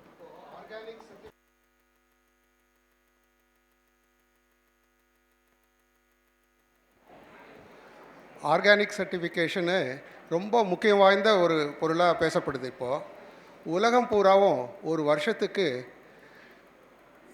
ஏறக்குறைய $150 பில்லியன், எவ்வளோ, $1 பில்லியன் $, 8500 கோடி, 85 ரூபா ஒரு டாலர்னு வச்சுங்கன்னா சுமாராக. ஒரு பில்லியன் அப்படின்னா 140-150 பில்லியன் டாலருக்கு உண்டான ஆர்கானிக் உணவுப் பொருள்களை கன்சியூம் பண்ணுறாங்க ஹோல் வேர்ல்டு. அதில் ஏறக்குறைய 50% அமெரிக்காவே கன்சியூம் பண்ணுது. அந்த அளவுக்கு ஆர்கானிக் பொருள்களை அதிக விரும்புகிறாங்க. இப்போது இந்தியாவை பார்த்திங்கன்னா அந்த அளவுக்கு கிடையாது. நம்ம 140 மில்லியன் ஹெக்டேர் இருக்குது நமக்கு, அதில் 2% தான் நம்ம ஆர்கானிக் ப்ரொடியூஸ் பண்ணுறோம். ஆனால் அந்த ப்ரொடியூஸ் பண்ணுறதும் பெரும்பாலான விஷயங்கள் கிழக்கு இந்த யுஏஇ நாடு, அமெரிக்கா, ஐரோப்பா, ஆஸ்திரேலியா அந்த மாதிரி நாடுகளுக்கு தான் போகுது. இந்த மாதிரி வெளிநாட்டுகளுக்கு ஏற்றுமதி ஆகணும்னா ஆர்கானிக் சர்டிஃபிகேஷன் இருக்கா அப்படின்னு கேட்குறாங்க. அது இல்லைன்னா இந்த நாட்டை விட்டு ஆர்கானிக் பொருள் வெளியே போகாது. எல்லா போர்ட் ஆஃப் கால்ஸ், போர்ட் சொல்கிறாங்க இல்லையா, போர்ட்டாக இருக்கட்டும், ஏர்போர்ட்டாக இருக்கட்டும், சீ போர்ட்டாக இருக்கட்டும், எல்லா இடத்துலையும் கஸ்டம்ஸ் முதல்ல என்ன பார்ப்பாங்கன்னா, ஏற்றுமதி பண்ணுறீங்களே ஆர்கானிக்குங்கிற முத்திரையில் அதுக்கு சர்டிஃபிகேட் இருக்கா அப்படின்னு கேட்பாங்க. அதனால் சர்டிஃபிகேட் இல்லாமல் வெளிநாட்டுகளுக்கு ஆர்கானிக் பொருளை ஏற்றுமதி பண்ண முடியாது. அதுக்காக சர்டிஃபிகேட் வேணும். சென்ட்ரல் கவர்மெண்ட் வந்து அதுக்கு இப்போது 40 கம்பெனிகளுக்கு அந்த அக்ரெடிட்டேஷன் கொடுத்துருக்காங்க. அதாவது இந்த 40 பேர் தான் மட்டும்தான் அவங்களெலாம் சர்டிஃபை பண்ணி கொடுக்க முடியும். ஐரோப்பாவுக்கு போகிறதா இருந்தாலும் சரி, ஜப்பான் போகிறதா இருந்தாலும் சரி, எங்கே இருந்தாலும். அந்த மாதிரி பண்ணணுன்னா நீங்கள் வந்து ஒரு விவசாயி எனக்கு வந்து ஆர்கானிக் சர்டிஃபிகேஷன் வேணும் அப்படின்னு அவர் நினச்சாருன்னா, அவர் இந்த 40 இது வெப்சைட்டில் இருக்குது. இந்த 40 ஆர்கானிக் சர்டிஃபிகேஷன் கம்பெனியோட பேர், விவரம், டெலிஃபோன் நம்பரு, இமெயிலு எல்லாமே இருக்குது. அப்பிடா அப்படின்னு அந்த அப்பிடான்ற ஒரு ஆர்கனைசேஷன் இந்த காமர்ஸ் மினிஸ்ட்ரியில் ஒரு பிரான்ச்சு. அவங்க வெப்சைட்டில் இந்த 40 அக்ரெடிட்டேஷன் பண்ண கம்பெனியோட விவரங்கள் இருக்குது. அவங்களில் யாராவது ஒருத்தர் தேர்ந்தெடுத்து உங்களுக்கு பக்கமாக எது இருக்கோ, ஏன்னா இது எல்லா ஸ்டேட்லேயும் அது கலந்துருக்கு, உங்களுக்கு பக்கத்தில் இருக்கிற ஒரு இதுக்கோ அல்லது உங்களுக்கு எது பிடிக்குதோ அந்த கம்பெனிக்கு எழுதுனீங்கன்னா அவங்க வந்து உங்களுக்கு ஒரு தகவலை அனுப்புவாங்க. நீங்கள் ஆர்கானிக் பண்ணணுன்னா இந்த விதிமுறைகளெல்லாம் கடைபிடிக்கணும் அப்படின்னு சொல்லுவாங்க. Government of India national program of organic production NPOP அப்படின்னு ஒரு 2001 அதை அமுல்படுத்தினாங்க. அந்த திட்டங்களெல்லாம் அது பிரகாரம் நீங்கள் விவசாயம் பண்ணணும். அதாவது கெமிக்கல் உரம் போடக்கூடாது, கெமிக்கல் பூச்சி மருந்து போடக்கூடாது, ஆர்கானிக் அதாவது மருந்து பூசப்பட்ட விதையை யூஸ் பண்ணக்கூடாது. அதாவது தக்காளி விதை விதைக்கிறீங்கன்னு வச்சுக்கிடுங்க, அந்த தக்காளி விதையில் செரசான் அக்ரசான் பூசி இருந்தாங்கன்னாக்கா அதை நீங்கள் ஆர்கானிக்கில் யூஸ் பண்ணக்கூடாது. ஜெனட்டிக்கலி மாடிஃபைடு விதை அதை யூஸ் பண்ணக்கூடாது. இப்போ ஜெனட்டிக்கலி மாடிஃபைடுன்றது ஒரே ஒரு கிராப் தான் இருக்குது இந்தியாவில். எது தெரியுங்களா? காட்டன். காட்டன் மட்டும்தான் ஜெனட்டிக்கலி மாடிஃபைடு. ஆனால் பங்களாதேஷில் பார்த்திங்கன்னா பிரிஞ்சாலுக்கெல்லாம் கொண்டு வந்துட்டாங்க. அதனால் கல்கத்தாவில் இருக்கிறவங்களுக்கு அங்கேருந்து உள்ளே நுழைஞ்சிடுது பார்டர் வழியாக. அந்த பங்களாதேஷோட ஜெனட்டிக்கலி மாடிஃபைடு பிரிஞ்சாலெலாம் உள்ளே வந்துடுது. அது இருந்ததுன்னா அது ஆர்கானிக்காக சர்டிஃபிகேஷன் கொடுக்க மாட்டாங்க. இந்த மாதிரி சில விதிகளெல்லாம் ஒரு 100 விதமான விதிகள் இருக்குது. அவ்வளவையும் கடைப்பிடிக்கணும். கண்டாமினேஷன் இருக்கக்கூடாது. நீங்கள் ஒரு 5 ஏக்கர் போட்டிருக்கீங்கன்னா இந்த 5 ஏக்கரை சுற்றி கொஞ்சம் பஃபர் ஜோன் அப்படின்னு ஒன்று இருக்கணும். அதாவது மருந்து அடிக்கிற வயலுக்கும் உங்கள் வயலுக்கும் மத்தியில் ஒரு 10 அடி இடைவெளியாவது இருக்கணும். அல்லது ஒரு பாதையோ அல்லது வாய்க்காலோ இருந்தால் கூட பரவாயில்ல. அல்லது நல்ல டென்ஸ் மரங்கள் லைவ் ஃபென்ஸ் இருந்ததுனாலும் பரவாயில்ல. இந்த மாதிரி ஐசோலேஷன் இருக்கணும். அப்படி இருந்தால் தான் இந்த ஆர்கானிக் கிராப்புக்கு கண்டாமினேஷன் இல்லாமல் இருக்கும். இந்த மாதிரியெல்லாம் நீங்கள் பண்ணியிருக்கீங்க அப்படின்னு சொல்லிட்டு உங்களோட திட்டம் ஆர்கானிக் ஃபார்ம் பிளான் அதுவும் அப்ளிகேஷனையும் அந்த கம்பெனிக்கு கொண்டு போய் கொடுக்கணும். அவங்க அதை பார்த்துட்டு அவங்களோட இன்ஸ்பெக்டரை அனுப்புவாங்க. அனுப்பிச்சு உங்களோட நிலம் ஆர்கானிக் முறையில் தான் நீங்கள் பண்ணுறீங்களாங்கிறத அவங்க கேள்விகள்லாம் கேட்டு ஒரு கொஸ்டினர் கொண்டு வருவாங்க. அந்த கேள்வியை கேட்டு ஃபில்லப் பண்ணி அதை கம்பெனிக்கு அனுப்புவாங்க. அது மட்டும் இல்லை, அவங்க அங்கே சாம்பிள் எடுப்பாங்க. அவங்களுக்கு சந்தேகம் வருதுன்னாக்கா சாயில் சாம்பிள் எடுக்கலாம். அல்லது நீங்கள் பருத்தி விளைவிக்கிறீங்கன்னு வச்சுக்கிடுங்க, பருத்தியோட பாகங்கள் அது போல்ஸாக இருந்தாலும் சரி இலையாக இருந்தாலும் சரி அதை எடுத்து அது ஜெனட்டிக்கலி மாடிஃபைடு ப்ரோட்டீன் இருக்கா அப்படிங்கிறத லேபில் கொண்டு போய் அனலைஸ் பண்ணுவாங்க. அந்த மாதிரி சாம்பிள்ஸும் எடுப்பாங்க. உங்கள்கிட்ட கேட்பாங்க உங்களோட ரெக்கார்ட்ஸு. நீங்கள் ஆர்கானிக்கு தான் பண்ணுறீங்கிறதுக்கு எல்லாத்துக்கும் ப்ரூஃப் இருக்கணும். நான் மென்யூர் தான் போட்டிருக்கேன், ஃபார்ம்யார்ட் மென்யூர் கம்போஸ்ட் தான் போட்டேங்கிறதுக்கு ஒரு ரெஜிஸ்டரில் எழுதி வைக்கணும். இத்தனாம் தேதி இவ்வளோ குவான்டிட்டி நான் போட்டிருக்கேன், நான் நீம் ஆயில் தான் நான் ஸ்ப்ரே பண்ணியிருக்கேன் அப்படின்னா எங்கேருந்து வாங்கினீங்க, அதோட பில்லு, இதெல்லாம் நீங்கள் ஒரு ரெஜிஸ்டரில் போட்டிருக்கணும். இது பேர் ட்ரேசபிலிட்டின்னு சொல்கிறது. இதெல்லாம் நீங்கள் இருந்தால் தான். ஏன்னா இன்ஸ்பெக்டர் வர்றது வருஷத்துக்கு ஒரு தடவை தான். ஆனால் வருஷம் பூரா நீங்கள் விவசாயம் பண்ணுறீங்க ஆர்கானிக்கு. அதெல்லாம் ஆர்கானிக் தானான்னு எப்படி உறுதி பண்ணுறது? உங்களோட ரெக்கார்ட்ஸ் தான் அதை உறுதி பண்ணுது. அந்த ரெக்கார்ட்ஸை வச்சுக்கிட்டு அதெல்லாம் அப்பீடாவுக்கு அனுப்பிவிடுவாங்க. அந்த ரெக்கார்ட்ஸ் எல்லாம் இந்த கொஸ்டினரில் போட்டு அவங்க ஒரு ட்ரேசபிலிட்டி ரெக்கார்டு ஒன்று வச்சுருக்காங்க, ட்ரேஸ் நெட் அப்படின்னு. அதில் எல்லாத்தையும் பதிவு பண்ணிவிடுவாங்க. நீங்கள் என்ன உரம் போட்டிங்க, என்னென்ன பண்ணியிருக்கீங்க, எல்லா விவரமும் அவங்களோட அப்பீடாவோட ட்ரேஸ் நெட்டில் வந்துடும். இது வெளிநாட்டுக்கு போகுதுன்னு வச்சுக்கிடுங்க, கலிஃபோர்னியாவுக்கு போகுது, உங்களோட தேயிலை தோட்டத்திலேருந்து அந்த தேயிலை அங்கே போகுதுன்னா அது எங்கேருந்து வந்ததுங்கிறதுக்கெல்லாம் கூட அவங்க பார்க்கலாம். ஏன்னு கேட்டால் அந்த ஒரு உங்களோட ரெக்கார்டு ஒன்று கொடுத்தா, ட்ரேஸ் நெட் ரெக்கார்டு கொடுத்தா போதும். அது ஊட்டியில் அல்லது குன்னூரில் இங்கே விளைஞ்சது. ஏன்னா ஜிபிஎஸ் ரெக்கார்டும் அதில் கொடுப்பாங்க, லாஞ்சிடியூடு லாட்டிடியூடு அதை கூட போடணும் அந்த லேண்டுது.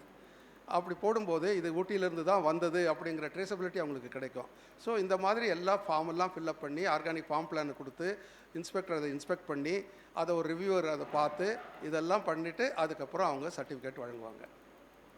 பார்த்துக்கலாம் சார். இப்போது ப்ராப்ளி ஒரு time constraint, so quick rapid கொஸ்டின்ஸ்க்கு போவோம். ஸோ ஷார்ட்டாக இப்போது yours is a kind of a precision farming, right? So இப்போது இவங்க எல்லா ஸ்டூடெண்ட்ஸோ they would want to know about precision farming. So அதில் your 2 cents, whatever you can give to them. About precision farming. Yeah, about precision farming and what GrowTrend does. Okay. Like about fertigation and everything put together. So you can just explain them, right. Like what it is. See, precision farming, பொதுவாக துல்லியம் அப்படின்னாவே அந்த துல்லியம் எங்கெல்லாம் maintain பண்ணணுமோ அதை கரெக்டாக maintain பண்ணோம்னா அந்த பிளான்ட்டோடைய there is something called genetic capacity. இப்போ இன்றைக்கி வரக்கூடிய நிறைய ஹைப்ரிட் தக்காளி அதோடைய ஒரு plant in its lifetime கிட்டத்தட்ட 12 to 20 kg ப்ரொடியூஸ் பண்ணுற கெப்பாசிட்டியில் மார்க்கெட்டுக்கு வருது. But for you to get that number நீங்கள் எல்லா ப்ரொசிஷனும் மெயின்டைன் பண்ணணும். சச்சஸ் சாயிலில் அந்த புட்டுப்பதம் மெயின்டைன் பண்ணுறதுல ஆரம்பித்து அதுக்கு தேவையான 13 மினரல்ஸ் இன் ரைட் ப்ரொப்போர்ஷன்.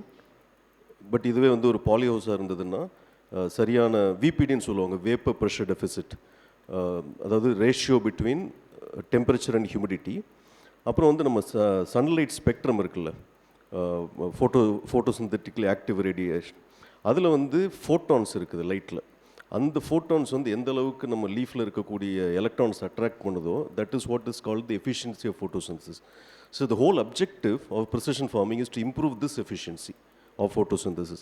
ஸோ இந்த ஃபோட்டோசிந்தசிஸோட எஃபிஷியன்சி இம்ப்ரூவ் பண்ணால் பிளான்ட்டோடைய வளர்ச்சி நல்லாயிருக்கும். இதுக்கு ஒரு சின்ன ஒரு எக்ஸாம்பிள் நான் சொல்லிவிட்டு ஐ வில் க்ளோஸ் மை இது.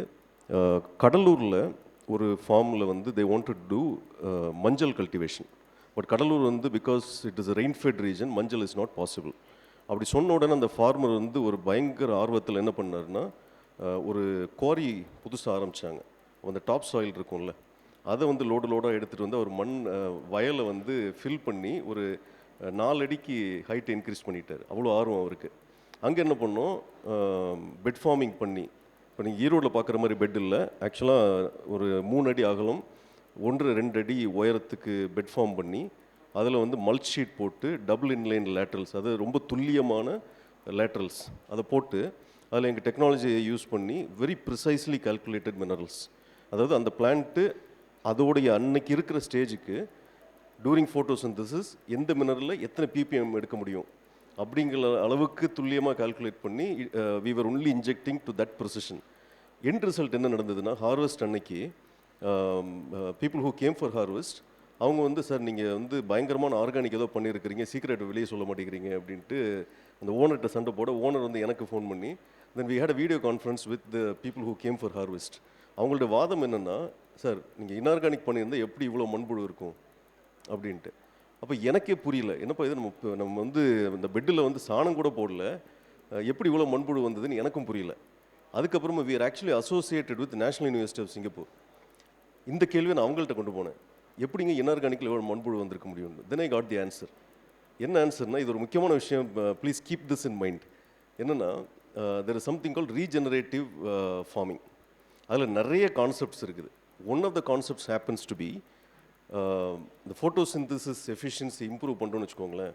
ஃபோட்டோசிந்தசிஸ்லேருந்து கிடைக்கக்கூடிய எனர்ஜி வந்து பிளான்ட் யூசஸ் ஃபார் அதோடைய ஓன் எனர்ஜி நீட்ஸ் க்ரோத்துக்கு. அப்புறம் it needs energy to transport food from one place to another. Second, third வந்து ரீப்ரொடக்ஷன். இது மூணுக்கும் தேவையான சுகரை தாண்டி அது எக்ஸஸாக ப்ரொடியூஸ் பண்ணிச்சுன்னா, the only way the plant can get rid of that is to send it to the root zone through root exudates to the rhizosphere. இந்த குவாண்டம் இன்க்ரீஸ் பண்ணிங்கன்னா மண்ணோடைய கார்பன் லெவல் இன்க்ரீஸ் ஆகுது அப்படிங்கிறது அப்புறமா தான் எனக்கு தெரிய வந்தது.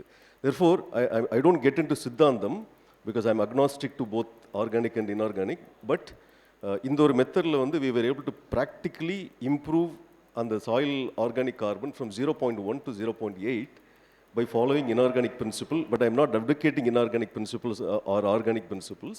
But technology வந்து சரியாக யூஸ் பண்ணும்போது, இது மேனுவலாக பண்ணியிருந்தால் வாய்ப்பு இல்லை, பட் டெக்னாலஜி சரியாக யூஸ் பண்ணும்போது we were able to get both 18 ton for half acre yield fresh and improved organic carbon in the soil. Sorry for taking a longer time. No, that's okay. To continue with that, ஐயா சொன்ன மாதிரி carrying capacity of any particular plant. So இப்போ உங்களுக்கு precision ஃபார்மிங்கில் பண்ணும்போது, so the carrying capacity ஃபுல்லாக utilize பண்ணுற மாதிரி இருக்கும், கரெக்டுங்களா? ஆமாம், அதாவது இப்போ சார் சொன்னது வந்து அந்த மண்ணோடைய வளத்தை ஃபுல்லாக நம்ம எடுத்துட்டோம்னா மண் மலடாயிடும் இல்லையா, அது ஒரு அக்செப்டபிள் பாயிண்ட் தான்.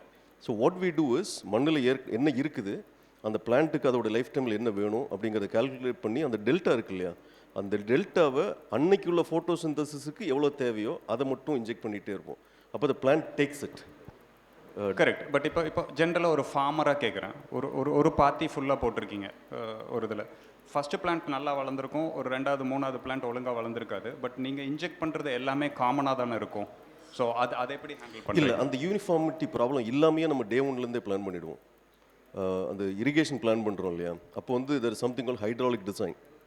ஹைட்ராலிக் டிசைனுங்கிறது, இங்கே ஒரு 10 டேப் இருக்குது, 10 பாத்ரூம் இருக்குன்னா, அந்த 10 பாத்ரூம்லேயுமே நான் tap irrespective which floor it is, tap open பண்ணால் யூனிஃபார்மாக தண்ணி வர்ற மாதிரி.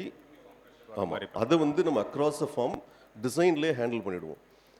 அதுக்கப்புறம் அந்த ஒரு ஜோனுக்கும் வந்து சாயில் டெஸ்ட் பண்ணி அதுக்கு என்ன வேணும் அப்படிங்கிற ஃபுட்டையும் மினரல்ஸையும் இன்கார்பரேட் பண்ணிவிடுவோம். அதனால் அந்த இஷ்யூ இல்லாமல் பார்த்துக்குவோம். பேசிக்லி ஆன் லைட்டர் நோட் ஐயா நாளில் ஆர்கானிக் சைட்லேருந்து வரோம். ஸோ நாங்கள் சொல்லணும்னா எல்லாத்தையும் ஐவியில் போட்டு அப்படியே டைரெக்டாக இன்ஜெக்ட் பண்ணுற மாதிரி இன்ஜெக்ட் பண்ணுறோம். ஆக்சுவலாக ஐ மீன் டு பி ஃபேர், எங்கள் ஃபார்மர்ஸில் வந்து அட்லீஸ்ட் ஒரு 40% வந்து ஆர்கானிக் ஃபார்மர்ஸ் தான். அவங்க என்ன பண்ணுறாங்கன்னா அந்த ஜீவாமிர்தம் இல்லைன்னா பஞ்சகாவியம் இந்த மாதிரி விஷயங்கள் இன்ஜெக்ட் பண்ணுறாங்க. They also find a great use, not from mineral point of view but maintaining the soil air water balance. ஏன்னா அந்த புட்டுப்பதம் அவங்களுக்கும் வேணும். ஸோ அந்த புட்டுப்பதம் பாயிண்ட் ஆஃப் வியூவில் ஆர்கானிக் ஃபார்மர்ஸும் they're finding the technology very helpful. ஆமாம் ஐயா ஒரு முக்கியமான பாயிண்ட் சொன்னாங்க, அது ரொம்ப வேலிட் பாயிண்ட்டு. என்ன அப்படின்னா அந்த மண்புழு வந்ததுன்னு சொன்னாங்க இல்லையா, அது நீங்களும் தெரிஞ்சுக்கணும். ஏன்னா நீங்கள் ஒரு ஸ்டூடெண்ட்டு, அதுவும் அறிவியல் படிக்கிறவங்க, எப்பயுமே அதாவது பூச்சிக்கொல்லி வேறு, ஃபெர்டிலைசர் வேறு, நம்ம ரெண்டையும் போட்டு கன்ஃபியூஸ் பண்ணிக்கூடாது. எப்பயுமே ஃபெர்டிலைசரை வந்து அதாவது சிந்தட்டிக் ஃபெர்டிலைசர்னு சொல்கிறோம் இல்லையா, யூரியாவோ அல்லது மற்ற மினரல்ஸோ மண்ணில் இருக்கிறது தான். இப்போ யூரியா வந்து எங்கே அதிகமாக இருக்குது உங்களுக்கு தெரியும் இல்லையா, நைட்ரஜன் எங்கே அதிகமாக இருக்குது, எங்கே இருக்குது யாராவது சொல்லுங்களேன். அட்மாஸ்பியரில் இருக்குது இல்லையா, நைட்ரஜன் எவ்வளோ இருக்குது, 78 சம்திங் இருக்குது இல்லையா. அப்போ அந்த நைட்ரஜனை என்ன பண்ணுறாங்கன்னா உருண்டைகளாக உருட்டி நமக்கு யூரியா உரமாக கொடுக்குறாங்க. இதை வந்து அசோஸ்பெரிலம் ரைசோபியம் செய்யுது, உங்களுக்கு தெரியும். ஸோ இது வந்து என்ன பண்ணுதுன்னா நேச்சுரலாக பண்ணுது. அதாவது ஒரு பொருள் ஆர்கானிக்கா இன்ஆர்கானிக்கா அல்லது இயற்கையானதா செயற்கையானதான்னு எப்படி நம்ம புரிஞ்சுக்கலாம்னா, இப்போ அதாவது ஆம்பியன்ட் டெம்பரேச்சர் ஆம்பியன்ட் ப்ரெஷர்னு படிச்சிருப்பீங்க நீங்கள். அதாவது சாதாரண வெப்பநிலை சாதாரண அழுத்தத்தில் ஒரு பொருள் இன்னொரு பொருளாக மாறினா அது வந்து இயற்கையானது ஆர்கானிக். அதிகமான வெப்பமோ அதிகமான அழுத்தமோ கொடுத்து ஒரு பொருளை இன்னொரு பொருளாக மாற்றினீங்கன்னா அது சிந்தட்டிக் அப்படின்னு ஒரு எளிய விளக்கமாக நீங்கள் புரிஞ்சுக்கலாம். அல்லது இன்னொரு வகையில் சொன்னோம்னா ஐம்பூதங்களை மாசுபடுத்தாமல் ஒரு பொருளை உற்பத்தி பண்ணிங்கன்னா அது வந்து ஆர்கானிக், எப்படி வச்சுக்கலாம். இப்போ ஐயா சொன்னதில் முக்கியமான பாயிண்ட் என்னென்னா, மண்புழு வந்திருக்கு, அங்கே என்ன நடந்திருக்குன்னா ஃபெர்டிலைசர் தான் கொடுத்துருக்காங்க, அவங்க டாக்ஸிக் கொடுக்கல, நச்சு கொடுக்கல. அந்த யூரியாவோ அல்லது மற்றபடி பாஸ்பேட்டுகளோ அது சத்து தான். அந்த சத்தை ஏன் வந்து நம்ம ஆர்கானிக்கில் இருக்கிறவங்க மறுக்கிறோம் அப்படின்னா அதுக்கு ஒரு லாஜிக் வேணும்ல, அதுக்கு ஒரு நியாயம் வேணும்ல. என்ன நியாயம்னா, நீங்கள் எப்போல்லாம் வந்து நீங்கள் கெமிக்கல் ஃபெர்டிலைசர் கொடுக்குறீங்களோ அப்போ ஒரு செடி எப்படி சாப்பாடு எடுத்துக்கும் உங்களுக்கு தெரியும். ஆஸ்மாசிஸ்னு ஒரு முறை நீங்கள் படிச்சிருப்பீங்க, சவ்வூடு பரவல். இப்போ ஒரு செடி வந்து செறிவு அதிகமான திரவமானது செறிவு குறைந்த திரவத்தை ஒரு சவ்வு மூலமாக உறிஞ்சிக்கொள்கிறது, அதுதானே. அப்போ செடிக்குள்ளே இருக்கிற செல்ஸ் இருக்கலாம் சைட்டோபிளாசம், அது வந்து வெளியே இருக்க தண்ணியை உறிஞ்சி எடுக்கும் பொழுது அந்த வெளியே இருக்கக்கூடிய நீரானது கான்சன்ட்ரேஷன் அதிகமாகிடுச்சுன்னு வச்சுக்கோங்க, செறிவு அதிகமானால் செடிக்குள்ளே இருக்க தண்ணி வெளியே போயிடும். இதை ப்ரெசிஷன் என்ன பண்ணுறாங்கன்னா அதை மெயின்டைன் பண்ணுவாங்க. அதுக்கு எவ்வளோ செலவு பண்ணுவாங்க அதையும் நீங்கள் பார்க்கணும். எப்பயுமே இன்புட் எவ்வளோ கொடுக்குறோம், அவுட்புட் எவ்வளோ வருது அதையும் பார்க்கணும். அப்போ ஒரு ப்ரெசிஷன் ஃபார்மிங் பண்ணுறது தப்பு கிடையாது, ஐயா சைடு தான் நான் நிற்கிறேன். ஆனால் அதுக்கு எவ்வளோ செலவாகுதுன்னு பாருங்கள். அதை டெக்னாலஜி யூஸ் பண்ணும்போது பெருசாக செலவு யூஸ் பண்ணுவோம். எனக்கு எல்லாமே கார்ப்பரேட் ஃபார்மிங்க்கு வந்துருச்சு. அதனால ஆப்ரேஷன் சக்ஸஸ் பட் பேஷண்ட் அது ரொம்ப முக்கியம் இல்லையா. இந்தியாவில் நிறைய உற்பத்தி பண்ணிட்டோம், எக்கச்சக்கமாக உற்பத்தி பண்ணியிருக்கோம். ஆனால் விவசாயிகள் நிலைமை என்ன, தற்கொலை பண்ணியிருக்காங்க. அப்போ ரெண்டையும் இணைச்சி பார்க்கணும். ஒரு சமூகவியல் மாணவன், நான் சோசியாலஜிஸ்ட் அப்படின்ற அடிப்படையில் நான் வந்து இதை இணைச்சி பார்க்குறேன், அதுதான். ஆனால் ஐயா சொன்னது வேலிட் பாயிண்ட்டு, நீங்கள் கட்டாயமாக தெரிஞ்சுக்கணும். ஃபெர்டிலைசர் கொடுத்தா மண்புழு வந்து அழிஞ்சு போகாது. அங்கே நீங்கள் பூச்சிக்கொல்லி பயன்படுத்துனீங்கன்னா தான், பெஸ்டிசைடு டாக்ஸிங் போனால் தான் வரும். ஐயா மோரி ஆட்களுக்கும் நான் வந்து அதை சொல்ல விரும்புகிறேன். இந்த புரிதல் நிறையா பேருக்கு இல்லாமல் என்ன பண்ணுறாங்கன்னா, நான் ஆர்கானிக் பண்ணால் மண்புழு வந்துடும், அது ஏன் நீங்கள் எதுக்குறீங்க அப்படின்ற கேள்வி வருது. அதுதான் ரெண்டையும் வேறுபடுத்தி சொல்கிறேக்கா நான் சொல்கிறேன். நன்றி. அருணேஸ்வர் தம்பி, உங்களுக்கு மெயினாக இது தான்.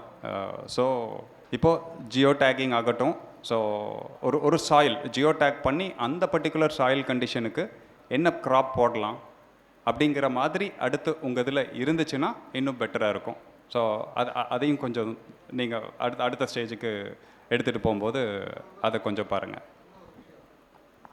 இப்போது நோய் தாக்குது, powdery mildew or downy mildew ஏதோ ஒன்று தக்காளியில் வந்துருச்சு. ஒரு 10 ஏக்கர் 15 ஏக்கர் மொத்தமாக இருக்குன்னா நாம் கண்மூடித்தனமாக ஒரு ஏக்கருக்கு இவ்வளோ அப்படின்னு சொல்லிட்டு ஆர்கானிக் பூஞ்சால மருந்தே இருக்கட்டும், அந்த ஆர்கானிக் பூஞ்சால மருந்து ஒரு ஏக்கருக்கு இவ்வளோன்னு சொல்லிட்டு கண்மூடித்தனமாக அடிச்சிடுறோம். இப்போது ஐஓடியில் என்ன வந்திருக்குன்னாக்கா, நீங்கள் ட்ரோனை வச்சுக்கிட்டு எந்த இடத்துல டிசீஸ் இருக்கோ அந்த பேட்சஸ்க்கு மட்டும் அடித்தா போதும், மீதியை வந்து சேவிங்ஸாக இருக்குது, தேவையில்லாமல் லோட் பண்ண வேண்டியதில்லை, அதுவும் இருக்குது. அதே மாதிரி ஊட்டச்சத்துக்கும் அதே மாதிரி அது லேசர் அந்த இதெல்லாம் இருக்குது இல்லையா, அந்த ஸ்பெஷல் கேமராஸ் எல்லாம் இருக்குது. அதை வச்சுக்கிட்டு இப்போது ஐடென்டிஃபை பண்ணலாம். எந்த இடத்துல டெஃபிஷியன்சி இருக்கோ அந்த இடத்துல மட்டும் இன்புட்டு கொடுத்தா போதும், மீதியை வந்து சேவிங்ஸ் பண்ணலாம் அப்படிங்கிற ஒரு இதுவும் இதால் முடியும் ஐஓடியால். அதுதான் ஜியோ டேக்கிங் அவங்களோட ஆப்பில் பண்ணிட்டாங்கன்னா முதல்ல போய் ட்ரோனில் போய் பிக்சர் கேப்சர் பண்ணிடும். அதை அவங்க வீடியோவில் பார்த்துட்டு இந்த பர்டிகுலர் ஒரு ஏக்கரில் நடுவில் ஒரு பர்டிகுலர் ஏரியாவில் மட்டும் ஏதோ டிசீஸ் இருந்துச்சுன்னா they can do it. Actually I think you can, right? Point மட்டும் இந்த ஐயா சொன்னாங்க இல்லையா, யூனிஃபார்மிட்டி. இப்போ எங்களுக்கு மாதிரி ஆர்கானிக் மூமெண்ட்டில் இருக்கிறவங்க, சூழலியல் பேசுகிறவங்க, நாங்கள் இப்போ இந்த யூனிஃபார்மிட்டியை பெரும்பாலும் அப்படியே அக்செப்ட் பண்ணிக்கிறது இல்லை. ஒரே நாடு ஒரே தேர்தல் அப்படிங்கிற மாதிரி ஒரே விஷயங்கள் இருக்கு இல்லையா, அது என்ன ஆகும்னா டைவர்சிட்டியை அழிச்சிரும். இப்போ டைவர்சிட்டி வேணும். இப்போ வந்து ஒரு செடி ஒரு காய் இருக்குன்னா இப்போ நம்ம என்ன புரிஞ்சுக்கணும்னா கொஞ்சம் சின்னதாக இருந்தால் வாங்கக்கூடாது, பெருசாக இருக்கணும் அப்படிங்கிற ஒரே மாதிரி இருக்கணும், ஒரே மாதிரி அப்படிங்கிறது இயற்கையிலேருந்து மாறுபட்ட ஒரு தன்மை. இயற்கைக்கு என்ன குணம் உண்டுன்னா எல்லாத்தையும் விதவிதமாக தான் படைச்சிருக்கு. அதனால் நம்ம வாங்கி சாப்பிடும்போது பச்சையாக இருக்கலாம், கொஞ்சம் டல்லாக இருக்கலாம், கருப்பாக இருந்தால் வாங்கக்கூடாது அப்படிங்கிற பண்பெல்லாம் நம்மகிட்ட சில மனப்பான்மையெல்லாம் இருக்குது. அப்படிலாம் சிவப்பாக இருக்கிறவன் போய் சொல்ல மாட்டான் அப்படிங்கிற மாதிரியெல்லாம் கிடையாது. நிறைய வகையாக இருக்குது, வகையாக சாப்பிடணும். உணவும் அப்படி தான். நீங்கள் நிறைய டைவர்சிட்டி ஃபுட் எடுத்துக்கிட்டால் தான் நல்லது. இப்போ வைல்டு ஃபுட் எடுத்துக்கணும், இலந்த பழம் சாப்பிட்ணும், கத்தாழை பழம் சாப்பிட்ணும், காட்டு பழம் சாப்பிட்ணும். அப்படிலாம் சாப்பிட்டா தான் நம்ம உடம்புல நிறையா அந்த ரேர் மினரல் சொல்கிறோம் இல்லையா, அந்த சத்துக்கள் தாதுக்கள்லாம் கிடைக்கும். அதனால் ஒரே மாதிரி இருக்கணும் அப்படிங்கிற மனோபாவம் கொஞ்சம் சிக்கலானது. அதனால் டைவர்சிட்டியை அக்செப்ட் பண்ணுங்கன்றது என்னுடைய வேண்டுகோள். நன்றியா. ஓகே, ஒரு குயிக் 1 minute டு ஸ்டூடெண்ட்ஸ். நீங்கள் என்ன அவங்க பண்ணணும்னு நினைக்கிறீங்க அப்படிங்கிறது பெஞ்சமின் ஐயா ஸ்டார்ட் பண்ணுங்கள். சொல்லுங்கள். மாணவர்களுக்கு நான் என்னுடைய வேண்டுகோள் என்ன அப்படின்னா, நிறைய வாய்ப்பு இருக்குது உங்களுக்கு. அதுவும் குறிப்பாக மனிதர்கள் இருக்கிற வரைக்கும் சாப்பிடணும். அதனால் உலகத்தில் மிக சிறந்த தொழில் படிப்பு அப்படிங்கிறது வேளாண்மை தான். ஒரு கைதட்டலாமா? நீங்கள் படிக்கிற படிப்பு தான் உலகத்துக்கு முக்கியமான ரொம்ப அத்தியாவசியமான படிப்பு. வேறு எதெல்லாம் உங்களுக்கு பிறகு தான். அது அன்னைக்கு 2000 வருஷத்துக்கு முன்னாடி வள்ளுவர் சொன்னது தான், உழுதுண்டு வாழ்வாரை வாழ்வார் தான் இன்னமும் ஸ்டில். என்றைக்கு ஒரு வேளை ஐயா மாதிரி ஆட்கள் மாத்திரை கண்டுபிடிச்சி நமக்கு வந்து கொடுத்த பிறகு சாப்பாடு வேண்டான்றப்போ தான் நமக்கு வந்து நம்ம நிப்பாட்டுவோம். அது வரைக்கும் நம்ம சாப்பிட்டு தான் ஆகணும். அதனால் இந்த வேளாண்மை தொழில், அதாவது வேளாண்மை பண்பாடு மறையாது. அதனால் நீங்கள் என்ன பண்ணணும்னா இதை அறிவியலாக நீங்கள் மாற்றணும். அதுதான் என்னுடைய வேண்டுகோள். நிறைய இப்போ ஆர்கானிக் இன்புட்ஸ் கண்டுபிடிச்சிருக்காங்க நம்முடைய விவசாயிகள். ஒரு 120 ப்ராடக்ட்டுக்கு மேலே இருக்குது. ஒரே ஒருத்தரை நான் சந்தித்தேன், ஒரு நண்பரை. அவர் மீன் அமினோ அமிலம் அப்படிங்கிறத ஒரு 20 ஆண்டுக்கு முன்னாடி அவர்கிட்ட சொன்னேன். ஒரு நிகழ்ச்சி போயிருந்தப்போ திடீர்னு காலில் விழுந்தார். ஐயா என்னங்க இவ்வளோ பண்ணுறீங்களா அப்படின்னு நான் வருத்தப்பட்டேன். அவர் இல்லைங்க, நீங்கள் சொன்ன அந்த தொழில்நுட்பத்தை கற்றுக்கிட்டு நான் லட்சக்கணக்கில் சம்பாதிக்கிறேன் அப்படின்னு சொன்னார். நான் வந்து உங்களை லட்சக்கணக்குலாம் ஆசை காட்ட விரும்பலை, இயல்பாக நார்மலாக இருந்தால் போதும். இந்த மாதிரி தொழில்நுட்பங்களை நீங்கள் என்ன பண்ணணும்னா ஸ்டாண்டர்டைஸ் பண்ணணும். ஐயா சொன்னாங்க இல்லையா, அந்த சர்டிஃபிகேஷன் அது மாதிரி போகும்போது ஒரு இன்புட்டும் தயாரிக்கும் பொழுது அதை வந்து எப்படி சரிப்படுத்துறது, அதாவது இதே விவசாயி இன்னொருத்தர் பண்ண போகிறார் அப்படின்னு. எடுத்துக்காட்டாக திரிகடுகம் அப்படின்னு ஒன்று நாங்கள் கண்டுபிடிக்கல, அதை வந்து திரும்ப வந்து பயன்படுத்துகிறோம். சித்த மருத்துவத்தில் அது இருக்குது. ஒன்றும் இல்லை, சுக்கு மிளகு திப்பிலி இருக்கு இல்லையா, சுக்கில் வந்து 11 வகையான அந்த மைக்ரோ நியூட்ரியன்ஸ் இருக்குது. அது நீங்கள் லேபில் போய் பார்த்தாலும் சரி, நெட்டில் பார்த்தாலும் கிடைக்கும். அந்த சுக்கு மிளகு திப்பிலி 3 எடுத்து பவுடர் பண்ணி அதை வந்து மோரில் நீங்கள் ஒரு வாரம் ஊற வச்சு அதை ஃபில்டர் பண்ணி திரும்ப சர்க்கரையில் ஃபெர்மெண்டேஷன் ப்ராசஸ் தான் ஊற வச்சு திரும்ப அதை எடுத்து நீங்கள் ஸ்ப்ரே பண்ணிங்கன்னா மைக்ரோ நியூட்ரியன் டிஃபிஷியன்சி செடிக்கு வரல, மண்ணிலையும் வரல. இது வந்து ஹைப்போதிசிஸ் தான். புரியுதா உங்களுக்கு? நான் சொல்கிறது வந்து கருதுகோள். இதை நீங்கள் என்ன பண்ணணும்னா சயின்டிஃபிக்காக ப்ரூவ் பண்ணணும். உங்கள் கையில் தான் இருக்குது, எங்கள் கையில் கிடையாது. விவசாயிகள் என்ன பண்ணுவோம்னா நாங்கள் இதை சும்மா செஞ்சு பார்ப்போம். இதை நீங்கள் என்ன பண்ணால் எடுத்துகிட்டு போய் இப்போ எங்களை மாதிரி நிறைய விவசாயிகள் அதை பண்ணியிருக்கோம். ஒரு குழந்தை அல்லது ஒரு மாணவர் அல்லது மாணவி எங்களோட டைப் பண்ணிக்கிட்டிங்கன்னா அதுக்கு சில ஃபண்டிங் சப்போர்ட்டும் இருக்குது. அது கூட உங்களுக்கு உதவி செய்யலாம். நிறையா நண்பர்கள் இருக்காங்க. நீங்கள் அதை எடுத்து ஆராய்ச்சி பண்ணி என்னென்ன கண்டென்ட் இருக்குது, எந்த மாதிரி சிஸ்டமாக அதை பண்ணியிருக்காங்க அப்படிங்கிறத ஒரு ரியல் ப்ராஜெக்டாக எடுத்து பண்ணிங்கன்னா முழுக்க நாங்கள் சப்போர்ட் பண்ணுறோம்.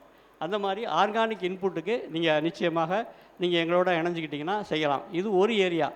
இது போல் ஐயா சொல்கிற சர்டிஃபிகேஷன் ப்ராசஸை இது ஆல்டர்னேட்டிவ் சர்டிஃபிகேஷன் ப்ராசஸ் எப்படி பண்ணலாம்? இது வந்து பெரும்பாலும் நீங்கள் இன்டர்நெட்டோட கனெக்ட் பண்ணிங்கன்னா நம்ம கையை விட்டு போயிடும்.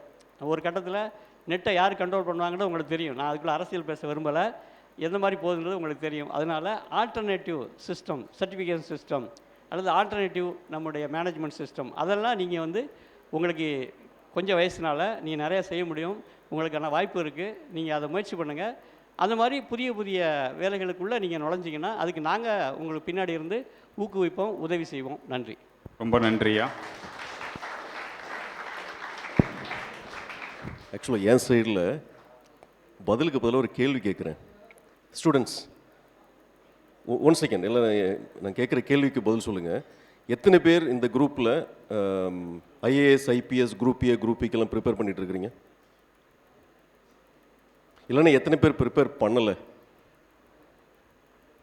ஒரே ஒரு பொண்ணு ப்ரிப்பேர், 1 2 ஓகே, 2 3 ஓகே, ஒரு 4 5 பேர் குரூப் ஏ குரூப் பிக்கெலாம் ப்ரிப்பேர் பண்ணல, மீதி எல்லோரும் அதுக்கு தான் வந்திருக்கிறீங்க. ஆக்சுவலாக எனக்கு ஒரு வருத்தமான விஷயம் என்னென்னா, நான் தமிழ்நாடு அக்ரிகல்ச்சர் யூனிவர்சிட்டியும் அடிக்கடி போய் பேசுகிறேன், எல்லார்ட்டையும் இந்த கேள்வி கேட்பேன். கேட்கும்போது 99.99%, ஏன்னா இவங்கெல்லாம் மெடிக்கல் மிஸ் பண்ணிட்டு வந்தவங்கல்ல, அதனால் 99.99% வந்து எல்லாருமே ஐஏஎஸ் ஆகணும், ஐஎஃப்எஸ் ஆகணும், இப்படின்னு தான் வந்து அக்ரிகல்ச்சர் காலேஜுக்கு வரீங்க. ஆனால் இன்றைக்கி இருக்கிற காலகட்டத்தில் வந்து food tech is a big thing in the future, இந்த நியர் ஃபியூச்சர்.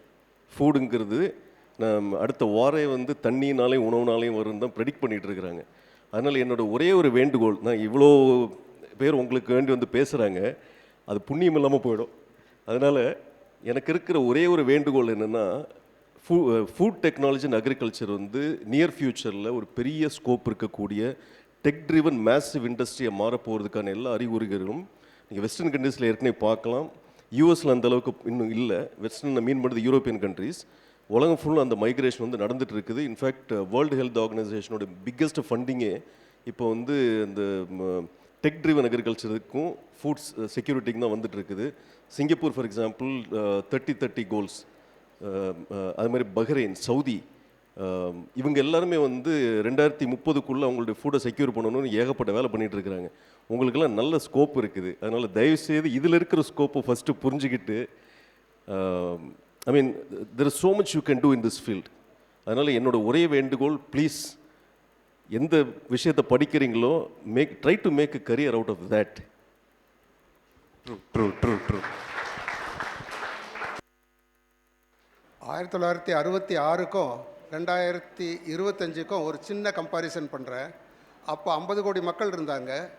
நம்ம 70 மில்லியன் டன் உணவு உற்பத்தி பண்ணோம் 66ல். இப்போ 2025ல் 140 கோடி ஜனங்க இருக்காங்க. 350 மில்லியன் டன்ஸ் உணவு உற்பத்தி பண்ணுறோம் இப்போ. அப்போது 3 மடங்கு பாப்புலேஷன் பெருகி இருக்குது. உணவு உற்பத்தி 5 மடங்கு உற்பத்தி ஆகிருக்கு. நல்ல உற்பத்தி அதிகரிச்சிருக்கோம். அந்த விஷயத்தில் ரொம்ப சந்தோஷம்தான். இருந்தாலும் இன்றைக்கி இருக்கிற விவசாயிங்கக்கிட்ட போயிட்டு நீங்கள் ரொம்ப சந்தோஷமாக இருக்கீங்களான்னு கேட்டிங்கன்னா இல்லைன்னு தான் சொல்லுவாங்க. என்னென்ன காரணம் அப்படின்னு அதை கொஞ்சம் ஆராயணும் நம்ம. அது பார்க்கும்போது ஒன்று வந்து அன்பிரடிக்டபிள் சீசன். முன்னெல்லாம் வந்து ஐயா சொன்ன மாதிரி அந்த சில நட்சத்திரங்களை பார்த்து உழுவாங்க, விதைப்பாங்க, இந்த மாதிரிலாம் ஒரு சிஸ்டம் இருந்தது. இப்போ வந்து காலநிலை மாறுறதுனால, நிறைய வெதர் கண்டிஷன்ஸ் எல்லாம் மாறுறதுனால சீசன்ஸும் ரொம்ப அன்பிரடிக்டபிளாக போயிடுச்சு. இந்த அன்பிரடிக்டபிள் இதனால் திடீர் வெள்ளம் அல்லது திடீர் ட்ரவுட்டு இந்த மாதிரிலாம் வந்துடுறதுனால உணவு உற்பத்தி பாதிக்கப்படுது. அது ஒன்று முக்கியமானது. ரெண்டாவது, இளைஞர்கள் எல்லாம் கிராமத்தில் விட்டு நகர்ப்புற வேலைகளுக்கு போயிடுறாங்க. அதனால் கிராமங்களில் அதிகமான வேலை செய்யக்கூடிய ஆட்கள் குறைஞ்சிக்கிட்டே வருது. அதுக்கு ஏதாவது நம்ம செஞ்சாக வேண்டியிருக்கு இல்லைங்களா? அதுக்கப்புறம் நிறைய விஷயங்களில் நம்ம வீண் சிரமம், ஏதாவது ரிசோர்ஸஸ், நமக்கு என்னென்ன அக்ரிகல்ச்சரில் ரிசோர்ஸஸ், சாயில், வாட்டர், அந்த சாயில் வந்து டீக்ரடேஷன் ஆகிக்கிட்டே இருக்குது வருஷா வருஷம். டீக்ரடேஷன்னா என்ன? அதில் நல்ல மண் வளம், ஒரு மண் நல்ல வளமாக இருக்குன்னா ஒரு யூனிட் வேணும் இல்லையா? என்ன யூனிட்னா 1% ஆர்கானிக் மேட்டர் இருந்ததுன்னா அந்த சாயில் வந்து வளமாக இருக்குதுன்னு அர்த்தம். இன்றைக்கி ஆல் இண்டியா ஆவரேஜ் வந்து 0.4 அவ்வளோதான் இருக்குது ஆவரேஜாக. ஒரு காலத்தில் 1% இருந்தது, இப்போ ஏறக்குறைய 0.4க்கு வந்துருச்சு. ஏன்னா பூமியில் இருக்கிற மைக்ரோப்ஸ் எல்லாம் குறைஞ்சிக்கிட்டே வருது. 1 கிராம் 1% ஆர்கானிக் மேட்டர் இருக்கிற மண் 1 கிராம் எடுத்திங்கன்னாக்கா அதில் 10 கோடி நுண்ணுயிர்கள் இருக்குது. Microbes 10 crores. கவு டங்கில் வந்து 300 crores இருக்குது. அதனால் இதெல்லாம் ஆராய்ச்சி பண்ணியிருக்காங்க. அந்த மாதிரி இருக்கிற வளம் குறைஞ்சிக்கிட்டே வருது. ஏன்னா கெமிக்கல் அதிகமாக டெபாசிட் பண்ண பண்ண அந்த மைக்ரோப்ஸ் இது குறையுது. மைக்ரோப்ஸ் எதுக்காக வேண்டியிருக்கு? உங்கள் மண்ணில் எல்லா சத்தும் இருக்குது, பாஸ்பேட் இருக்குது அதில், ஆனால் இன்சால்யூபிளாக இருக்குது. அதை கரைச்சி கொடுக்கறது பிஎஸ்பி, பாஸ்பேட் சால்யூபிளைசிங் பாக்டீரியா. அதை கரைச்சி வேருக்கு கொடுத்தா தான் அது சாப்பிடுது. இப்போ உங்களுக்கு பசியாக இருக்கிற நேரத்தில் ஒரு தட்டில் அரிசி, பருப்பு, மிளகாய், உப்பு எல்லாத்தையும் கொண்டு வந்து வச்சு சாப்பிடுங்க லஞ்சுன்னாக்கா சாப்பிடுவீங்களா? அதை அழகாக குக் பண்ணி கொடுத்தா தான் உங்களால் சாப்பிட முடியுது. அதே போல் மண்ணில் எல்லா சத்தும் இருக்குது, ஆனால் செடியால் எடுத்துக்க முடியல. அதுக்கு குக் பண்ணி கொடுக்குற குக் யாருன்னு கேட்டிங்கன்னா இந்த மைக்ரோப்ஸ் தான். அந்த மைக்ரோப்ஸ் நிறையா இருக்கணும்னா ஆர்கானிக் மேட்டர் நிறைய போடணும் சாயிலில். ஆர்கானிக் மேட்டர்னா என்ன? இலை, தழை, இந்த மாதிரி இது, அல்லது தாவரங்கள்லேருந்து வந்ததாக இருக்கணும், அனிமல்ஸ்லேருந்து வந்ததாக இருக்கணும், அல்லது மைக்ரோப்ஸ்லேருந்து வந்ததாக இருக்கணும். இது 3 ஆரிஜின் உள்ளது எதாக இருந்தாலும் மக்கு பொருள். அதை கொண்டு வந்து நீங்கள் போட்டிங்கன்னா மண்ணில் நிறைய மைக்ரோப்ஸ் அதிகமாக இருக்கும். அப்போ மண் வளமாக இருக்கும். அந்த மண் வளத்தை இது பண்ணுறதுக்கு எல்லாருக்கும் சொல்லிக் கொடுக்கணும். இந்த வேலை ஆட்களை இதை பண்ணுறதுக்கு ரோபோட்டிக்ஸை யூஸ் பண்ணலாம், ஏன் பண்ணக்கூடாது? சில இப்போ நாற்று நடுறதுக்கு எல்லாத்துக்குமே வந்துருச்சு மிஷின்கள்.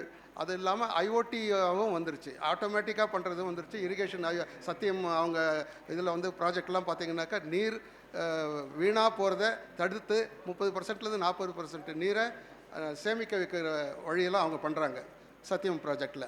அந்த மாதிரி உத்திகளெல்லாம் சொல்லிக் கொடுக்கறதுக்கு ஐஓடியில் என்னென்னலாம் எங்கெங்கே சூட் ஆகுதுங்கிறத நீங்கள் பார்த்து அவங்களுக்கெல்லாம் இதை சொல்லிக் கொடுக்கணுங்கிறது தான் என்னோட விருப்பம். தேங்க்யூ.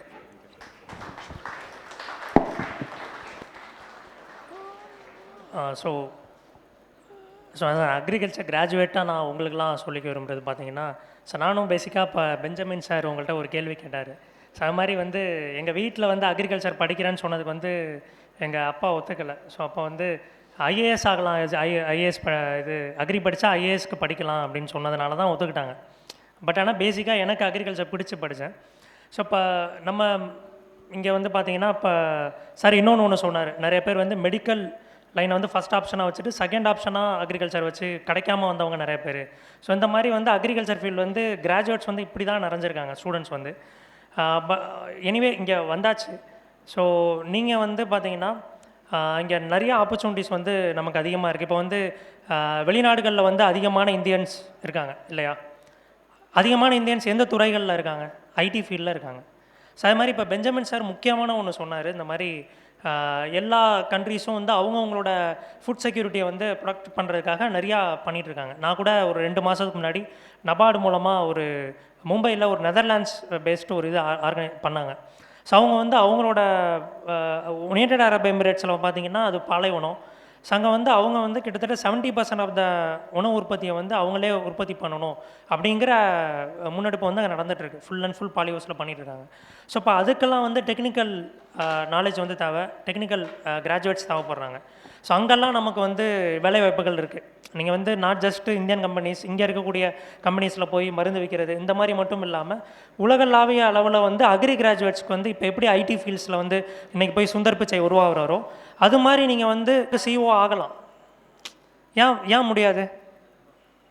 கூகுளுக்கு நீங்களே இருக்கீங்களே ஒரு சிஓ தானே, அக்ரி படிச்சுட்டு தான் சிஓ. ஆமாம், நான் ஆரம்பிச்சிருக்கேன். அடுத்த நான் 3 விஷயம் சொல்ல விரும்புகிறேன். ஒன்று வந்து சார் சொன்னதையே தழுவி நான் சொல்லிக்கிறேன். ஸோ உலகளாவிய அளவில் இன்றைக்கி ஐடி கிராஜுவேட்ஸ் எப்படி இந்தியர்கள் வந்து எல்லா சைடும் இருக்காங்களோ அது மாதிரி அக்ரி கிராஜுவேட்ஸ் போகக்கூடிய வாய்ப்புகள் இருக்குது. இந்த காலம் அதற்குரிய காலம். பட் ஆனால் அந்த புரிதல் வந்து ஸ்டூடெண்ட்ஸ் கிட்ட இல்லை. ஏன்னா சொல்லிக் கொடுக்கக்கூடிய வாத்தியார்களுக்கே அந்த புரிதல் கிடையாது. அவங்களுக்கு தெரிஞ்சால் தானே ஸ்டூடெண்ட்ஸ் கிட்ட சொல்லுவாங்க. ஸோ அப்போ அந்த புரிதல்களை வாத்தியாருங்க வந்து ஃபஸ்ட்டு கற்றுக்கங்க, ஸ்டூடெண்ட்ஸும் நீங்கள் கற்றுக்கங்க. ஸோ இது ஒன்று. ஸோ இதுக்கான ஆப்பர்ச்சுனிட்டிஸ் ரொம்ப நிறையா இருக்குது. அடுத்து இன்னொன்று பார்த்தீங்க அப்படின்னா தொழில் முனைவோர். இப்போ நீங்கள் வந்து இப்போ நான் வந்து இந்த தொழில் பண்ணுறேன். வேளாண்மை தொழில்ங்கிறது ரொம்ப கஷ்டமான இப்போ விவசாயிகள் வந்து நிறையா அடிபட்டிருக்காங்க. அதனால் நம்ம விவசாய தொழிலில் போனோன்னா நம்ம மேலேயும் 4-5 அடி விழுவும். அந்த 4-5 அடியில் 3 அடி விவசாயிங்க அடிக்கக்கூடிய அடியாகவும் இருக்கும். ஸோ கஷ்டமான ஒரு கடினமான துறை தான். ஸோ அப்போ ஒருத்தரால் ஒன்று முடியும். ஸோ நீங்கள் வந்து உங்களால் முடிஞ்ச இப்போ இப்போ நிறையா பெண்கள் இங்கே இருக்கீங்க. ஸோ நீங்கள் வந்து சார் சொன்ன மாதிரி வேல்யூ அடிஷனில் நிறைய ஆப்பர்ச்சுனிட்டிஸ் இருக்குது. இன்றைக்கி வந்து எக்ஸ்போர்ட்டில் நிறைய ஆப்பர்ச்சுனிட்டி இருக்குது. ஸோ அதெல்லாம் நீங்கள் பண்ணுங்கள். இது மாதிரி சர்டிஃபிகேஷன் சொன்னப்போ சார் முக்கியமாக சொல்லியிருந்தார். இத்தனை இயற்கை வேளாண்மை வந்து இப்போ நிறையா வளர்ந்துட்டுருக்கு. இப்போ பாமையன் ஐயாலாம் அவரோட வாழ்க்கையை வந்து இந்த இயற்கை வேளாண்மைக்காக நிறையா சொல்லிட்டு இருந்தாங்க. ஸோ இயற்கை வேளாண்மையில் நம்ம ஊரில் இப்போ ஆஃப்டர் கொரோனாக்கு அப்புறம் நம்ம ஊரில் எல்லா மக்களும் வந்து இயற்கை உணவுகளை வந்து சாப்பிட ஆசைப்பட்றோம். ஸோ அந்த உணவு நம்ம கிடச்சிச்சின்னா கண்டிப்பாக வாங்க தயாராக இருக்கும். ஸோ அப்போ இயற்கை வேளாண்மையில் நிறைய ஆப்பர்ச்சுனிட்டிஸ் இருக்குது. ஸோ அதை வந்து நம்ம வந்து நிறையா பண்ணலாம். இப்போ வந்து அந்தந்த ஏரியாவில் இப்போ நீங்கள் வந்து ஒரு கம்பெனிக்கு போகிறீங்க, 10 வருஷம் கழித்து என்ன ஒரு 1 லட்சம் சம்பளம் அக்ரிகல்ச்சரில் இன்றைக்கி எம்எஸ்சி முடிச்சுட்டு வந்தால் கூட 15,000 ரூபா தான் ஸ்டார்டிங் சேலரி, 15-20 இவ்வளோ தான். ஸோ அந்த மாதிரி இருக்குது. ஸோ அதில் நிறையா டார்கெட்ஸு ஸோ இப்படிலாம் இருக்குது. ஸோ எப்படி இருந்தாலும் அந்த மாதிரி தான் இருக்க போகுது. ஸோ அப்படிங்கிறப்ப நீங்கள் வாய்ப்பு கிடைக்கிறவங்க வந்து இப்போ விவசாயம் பண்ணுறவங்க வந்து என்ன பண்ணுங்கள், நீங்களே விவசாயம் பண்ணி ஸோ வந்து நீங்கள் லோக்கலைஸ்டு ஒரு தொழில் முனைவோராக இருந்து ஸோ அங்கே உள்ள இயற்கை இடுபொருட்களை இயற்கை வேளாண்மை பண்ணக்கூடியவங்களை ஒன்றிணைச்சு நீங்கள் வந்து மார்க்கெட் பண்ணலாம். ஸோ அந்த மாதிரி தொழில் முனைவோராக நீங்கள் ஆகலாம். ஸோ அது வந்து அதுக்கு நிறையா ஆப்பர்ச்சுனிட்டிஸ் இருக்குது. இப்போ நான்லாம் வந்து பார்த்தீங்கன்னா ஸோ எங்கள் வீட்டில் வந்து எப்படி அக்ரி படித்ததுக்கு ஒத்துக்கலையோ அக்ரி சார்ந்து தொழில் பண்ணுவேங்கிறதுக்கும் ஒத்துக்கலை. ஸோ நல்லா 2 மாதம் நாமக்கல்ல ட்ரைனிங்னு போய் சொல்லிட்டு தான் இங்கே வந்தேன் மௌனூருக்கெலாம். ஸோ அப்படி தான். ஸோ அப்படி இருக்கிறப்ப வந்து நான் எப்படி இப்படி பண்ண முடியுது அப்படின்னு பார்த்தீங்கன்னா, நாங்கள் இப்போ ஒரு 2 கோடி ரூபா நாங்கள் வந்து டர்ன் ஓவர் பண்ணுறோம். சிறு தான் நாங்கள் வந்து முன்னேறினோம். ஸோ அதுக்கு வந்து நிறையா ஸ்கீம்ஸ், கவர்மெண்ட் ஸ்கீம்ஸ் இருக்குது. நான் கிட்டத்தட்ட 40 லட்ச ரூபா இது வரைக்கும் வாங்கியிருக்கேன். அதில் 40 லட்சமே வந்து நான் கவர்மெண்ட்டுக்கு திருப்பி செலுத்த தேவையில்ல, கிராண்டாக தான் வாங்கினோம். இங்கே ஒருத்தர் கிமர் டெக்குன்னு ஒருத்தர் இருக்கார். அவர்லாம் கிராண்ட்டுக்காக பேர் போனவர். 1.5 கோடி ரூபா கிட்டத்தட்ட கிராண்ட் மட்டும் தான் வாங்கியிருக்காரு. ஸோ அந்த மாதிரி கிராண்ட்ஸ் ஆப்பர்ச்சுனிட்டிஸ் நிறையா இருக்குது. ஸோ அதெல்லாம் வந்து நீங்கள் உபயோகப்படுத்திக்கணும். ஸோ இயற்கை வேளாண்மை அதில் ஆப்பர்ச்சுனிட்டிஸ் நிறையா இருக்குது. தொழில் முனைவாராக நீங்கள் ஆகக்கூடிய ஆப்பர்ச்சுனிட்டிஸ் வந்து நிறையா இருக்குது.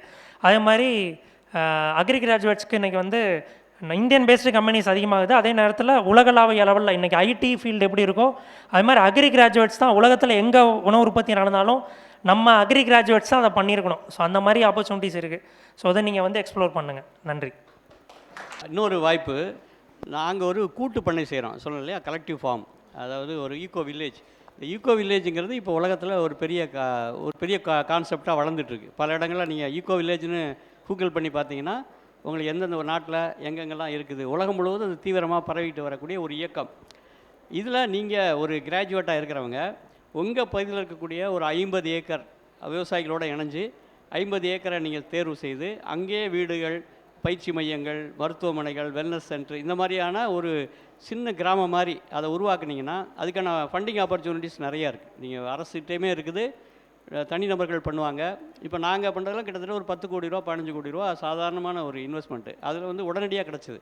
ஸோ அது வந்து இப்போ பெருகி இருக்குது, அது பல கோடிகளாக மாறி இருக்குது. அதுபோல் நீங்கள் வந்து உங்கள் பகுதியில் ஒரு 25 ஏக்கர் கூட பண்ணலாம். 25 ஏக்கர் 50 ஏக்கர் அப்படி. ஏன்னா இந்தியாவுக்கும் மற்ற நாடுகளோட வேறுபாடு என்னென்னா, மற்ற நாடுகள் இப்போ அமெரிக்கான்னு எடுத்துக்கிட்டிங்கன்னா அந்த ஸ்மால் ஃபார்மர்னால 200 ஏக்கர் வச்சுருப்பான். கார்டனிங் தான் அங்கே சின்னது. அப்போ அந்த இங்கே வந்து அப்படி இல்லை, 2.5 ஏக்கர் தான் ரொம்ப ஸ்மால் ஃபார்மர் அப்படிங்கிறது அதை விட கம்மி. அப்போ தனித்தனியாக இருக்கிறதுனால இவங்க சொல்லக்கூடிய அந்த ப்ரிசைஸ் ஃபார்மிங்கோ அல்லது ஒரு பெரிய அளவில் செய்யக்கூடிய வேலைகளோ செய்ய முடியலை. அப்போ இந்த நீங்கள் வந்து ஒரு 50 ஏக்கர் கூட்டு பண்ணைகளாக மாற்றிட்டிங்கன்னா அங்கே வந்து ஒரு குறிப்பிட்ட ஒரு ஸ்டேஜில் வந்து விவசாயம், அதாவது நெல் போடலாம், ஒரு ஸ்டேஜில் கால்நடை வளர்ப்பு பண்ணலாம். இப்படி வந்து பண்ணும்போது நிர்வாகம் பண்ணுறதுக்கு எளிதாக இருக்கும். ஸோ அந்த மாதிரியான கூட்டு பண்ணைகளை உருவாக்குனீங்கன்னா ஒன்று அங்கே இருக்கிற விவசாயிகளுக்கும் லாபமாக இருக்கும், உங்களுக்கும் பயனுள்ளதாக இருக்கும். அது எதிர்காலத்தில் அந்த பொருளையும் நம்மளும் பயன்படுத்தலாம், வெளியும் அனுப்பலாம். இந்த மாதிரியான முயற்சிகளுக்கு மிகப்பெரிய வாய்ப்பு இருக்குது. அதுக்கான ஃபண்டிங் ஆப்பர்ச்சுனிட்டி இருக்குது, இன்வெஸ்ட்மெண்ட்டுக்கான ஆட்கள் இருக்காங்க. அதெல்லாம் நீங்கள் எடுத்து செய்யலாம். அதை பற்றியான தகவல்கள் வேணாலும் நீங்கள் தொடர்பு கொள்ளுங்கள். உங்களுக்கு எப்படி நிர்வாகம் பண்ணுறது, எப்படி அமைப்பு கட்டுறது, எப்படி பதிவு செய்கிறது எல்லாமே வாய்ப்புகள் இருக்குது. அதையும் நீங்கள் தொடர்பு கொள்ளலாம். இங்கே ஏற்கனவே நன்னிலம் அப்படிங்கிற ஒரு அமைப்பு இங்கே பண்ணிக்கிட்டு இருக்காங்க. அவங்களையும் போய் பாருங்கள், அவங்களும் ஒரு சிறப்பாக செய்கிறாங்க. அதனால் அந்த மாதிரியான வாய்ப்பை நீங்கள் பயன்படுத்திக்கலாம். ஸோ பார்த்தீங்கன்னா நாங்கள் வந்து இப்போ இன்டர்ன்ஸ்லாம் எடுக்கிறோம். ஸோ யாராவது இன்டர்ன்ஸ்லாம் பண்ணாலும் பண்ணுங்கள். அதே நேரத்தில் நாங்கள் உரக்கடை ஆரம்பிக்கிறதுக்கு ஃப்ரான்ச்சைஸி கொடுக்குறோம். ஸோ யாராவது கிராஜுவேட்ஸ் வந்து அந்த மாதிரி அந்த தொழிலில் ஈடுபடணும்னு நினச்சிங்கன்னா க்ரோயர் ஃபார்ம்ஸ் வந்து உங்களுக்கு ஒரு நல்ல ஒரு பார்ட்னராக இருக்கும். நன்றி.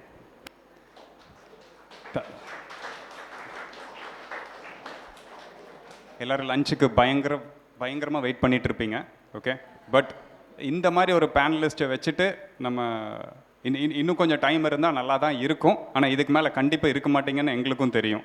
ஓகே, பட் இவங்களோட டீட்டெயில்ஸ் ஏதாச்சும் வேணும்னா கண்ட்ரி ஃபார்ம்ஸ் இல்லை இவங்ககிட்டே டீட்டெயில்ஸ் தரோம். இவங்களோட you can share, you can contact them. Particularly Aruneswar வந்து நாங்கள் இந்த பேனலிஸ்ட்டில் சேர்த்துறதுக்கு காரணமே வந்து ஆஸ் எ ஸ்டூடெண்ட், உங்களோட ஸ்டூடெண்ட் தான் கிட்டத்தட்ட. ஓகே, ஸோ ஒரு அக்ரி ஸ்டூடெண்ட் ஒரு ஆண்டர்ப்ரனராக என்ன பண்ண முடியும் டெக்னாலஜிக்கலாக, ஸோ அதுக்காக தான். ஸோ ரோல் மாடலாக இங்கே இருக்கிறவங்கள மேலே ரோல் மாடலாக என்னை தவிர ரோல் மாடலாக எடுத்துக்கோங்க, எடுத்துகிட்டு பண்ணுங்கள். Okay, good luck. Thank you very much. இந்த வீடியோவை வழங்குபவர்கள் One Terra Foundation, title sponsor the Agri World Erode, sustainability partner Sathyam smart form, associate sponsor SID machinery, co-sponsors excellent, grow your farms, Kymer tech, your farm, Arima farms, Nannilam eco village, rain beaver, gift sponsor Viva Zest மற்றும் venue sponsor PGP agri college.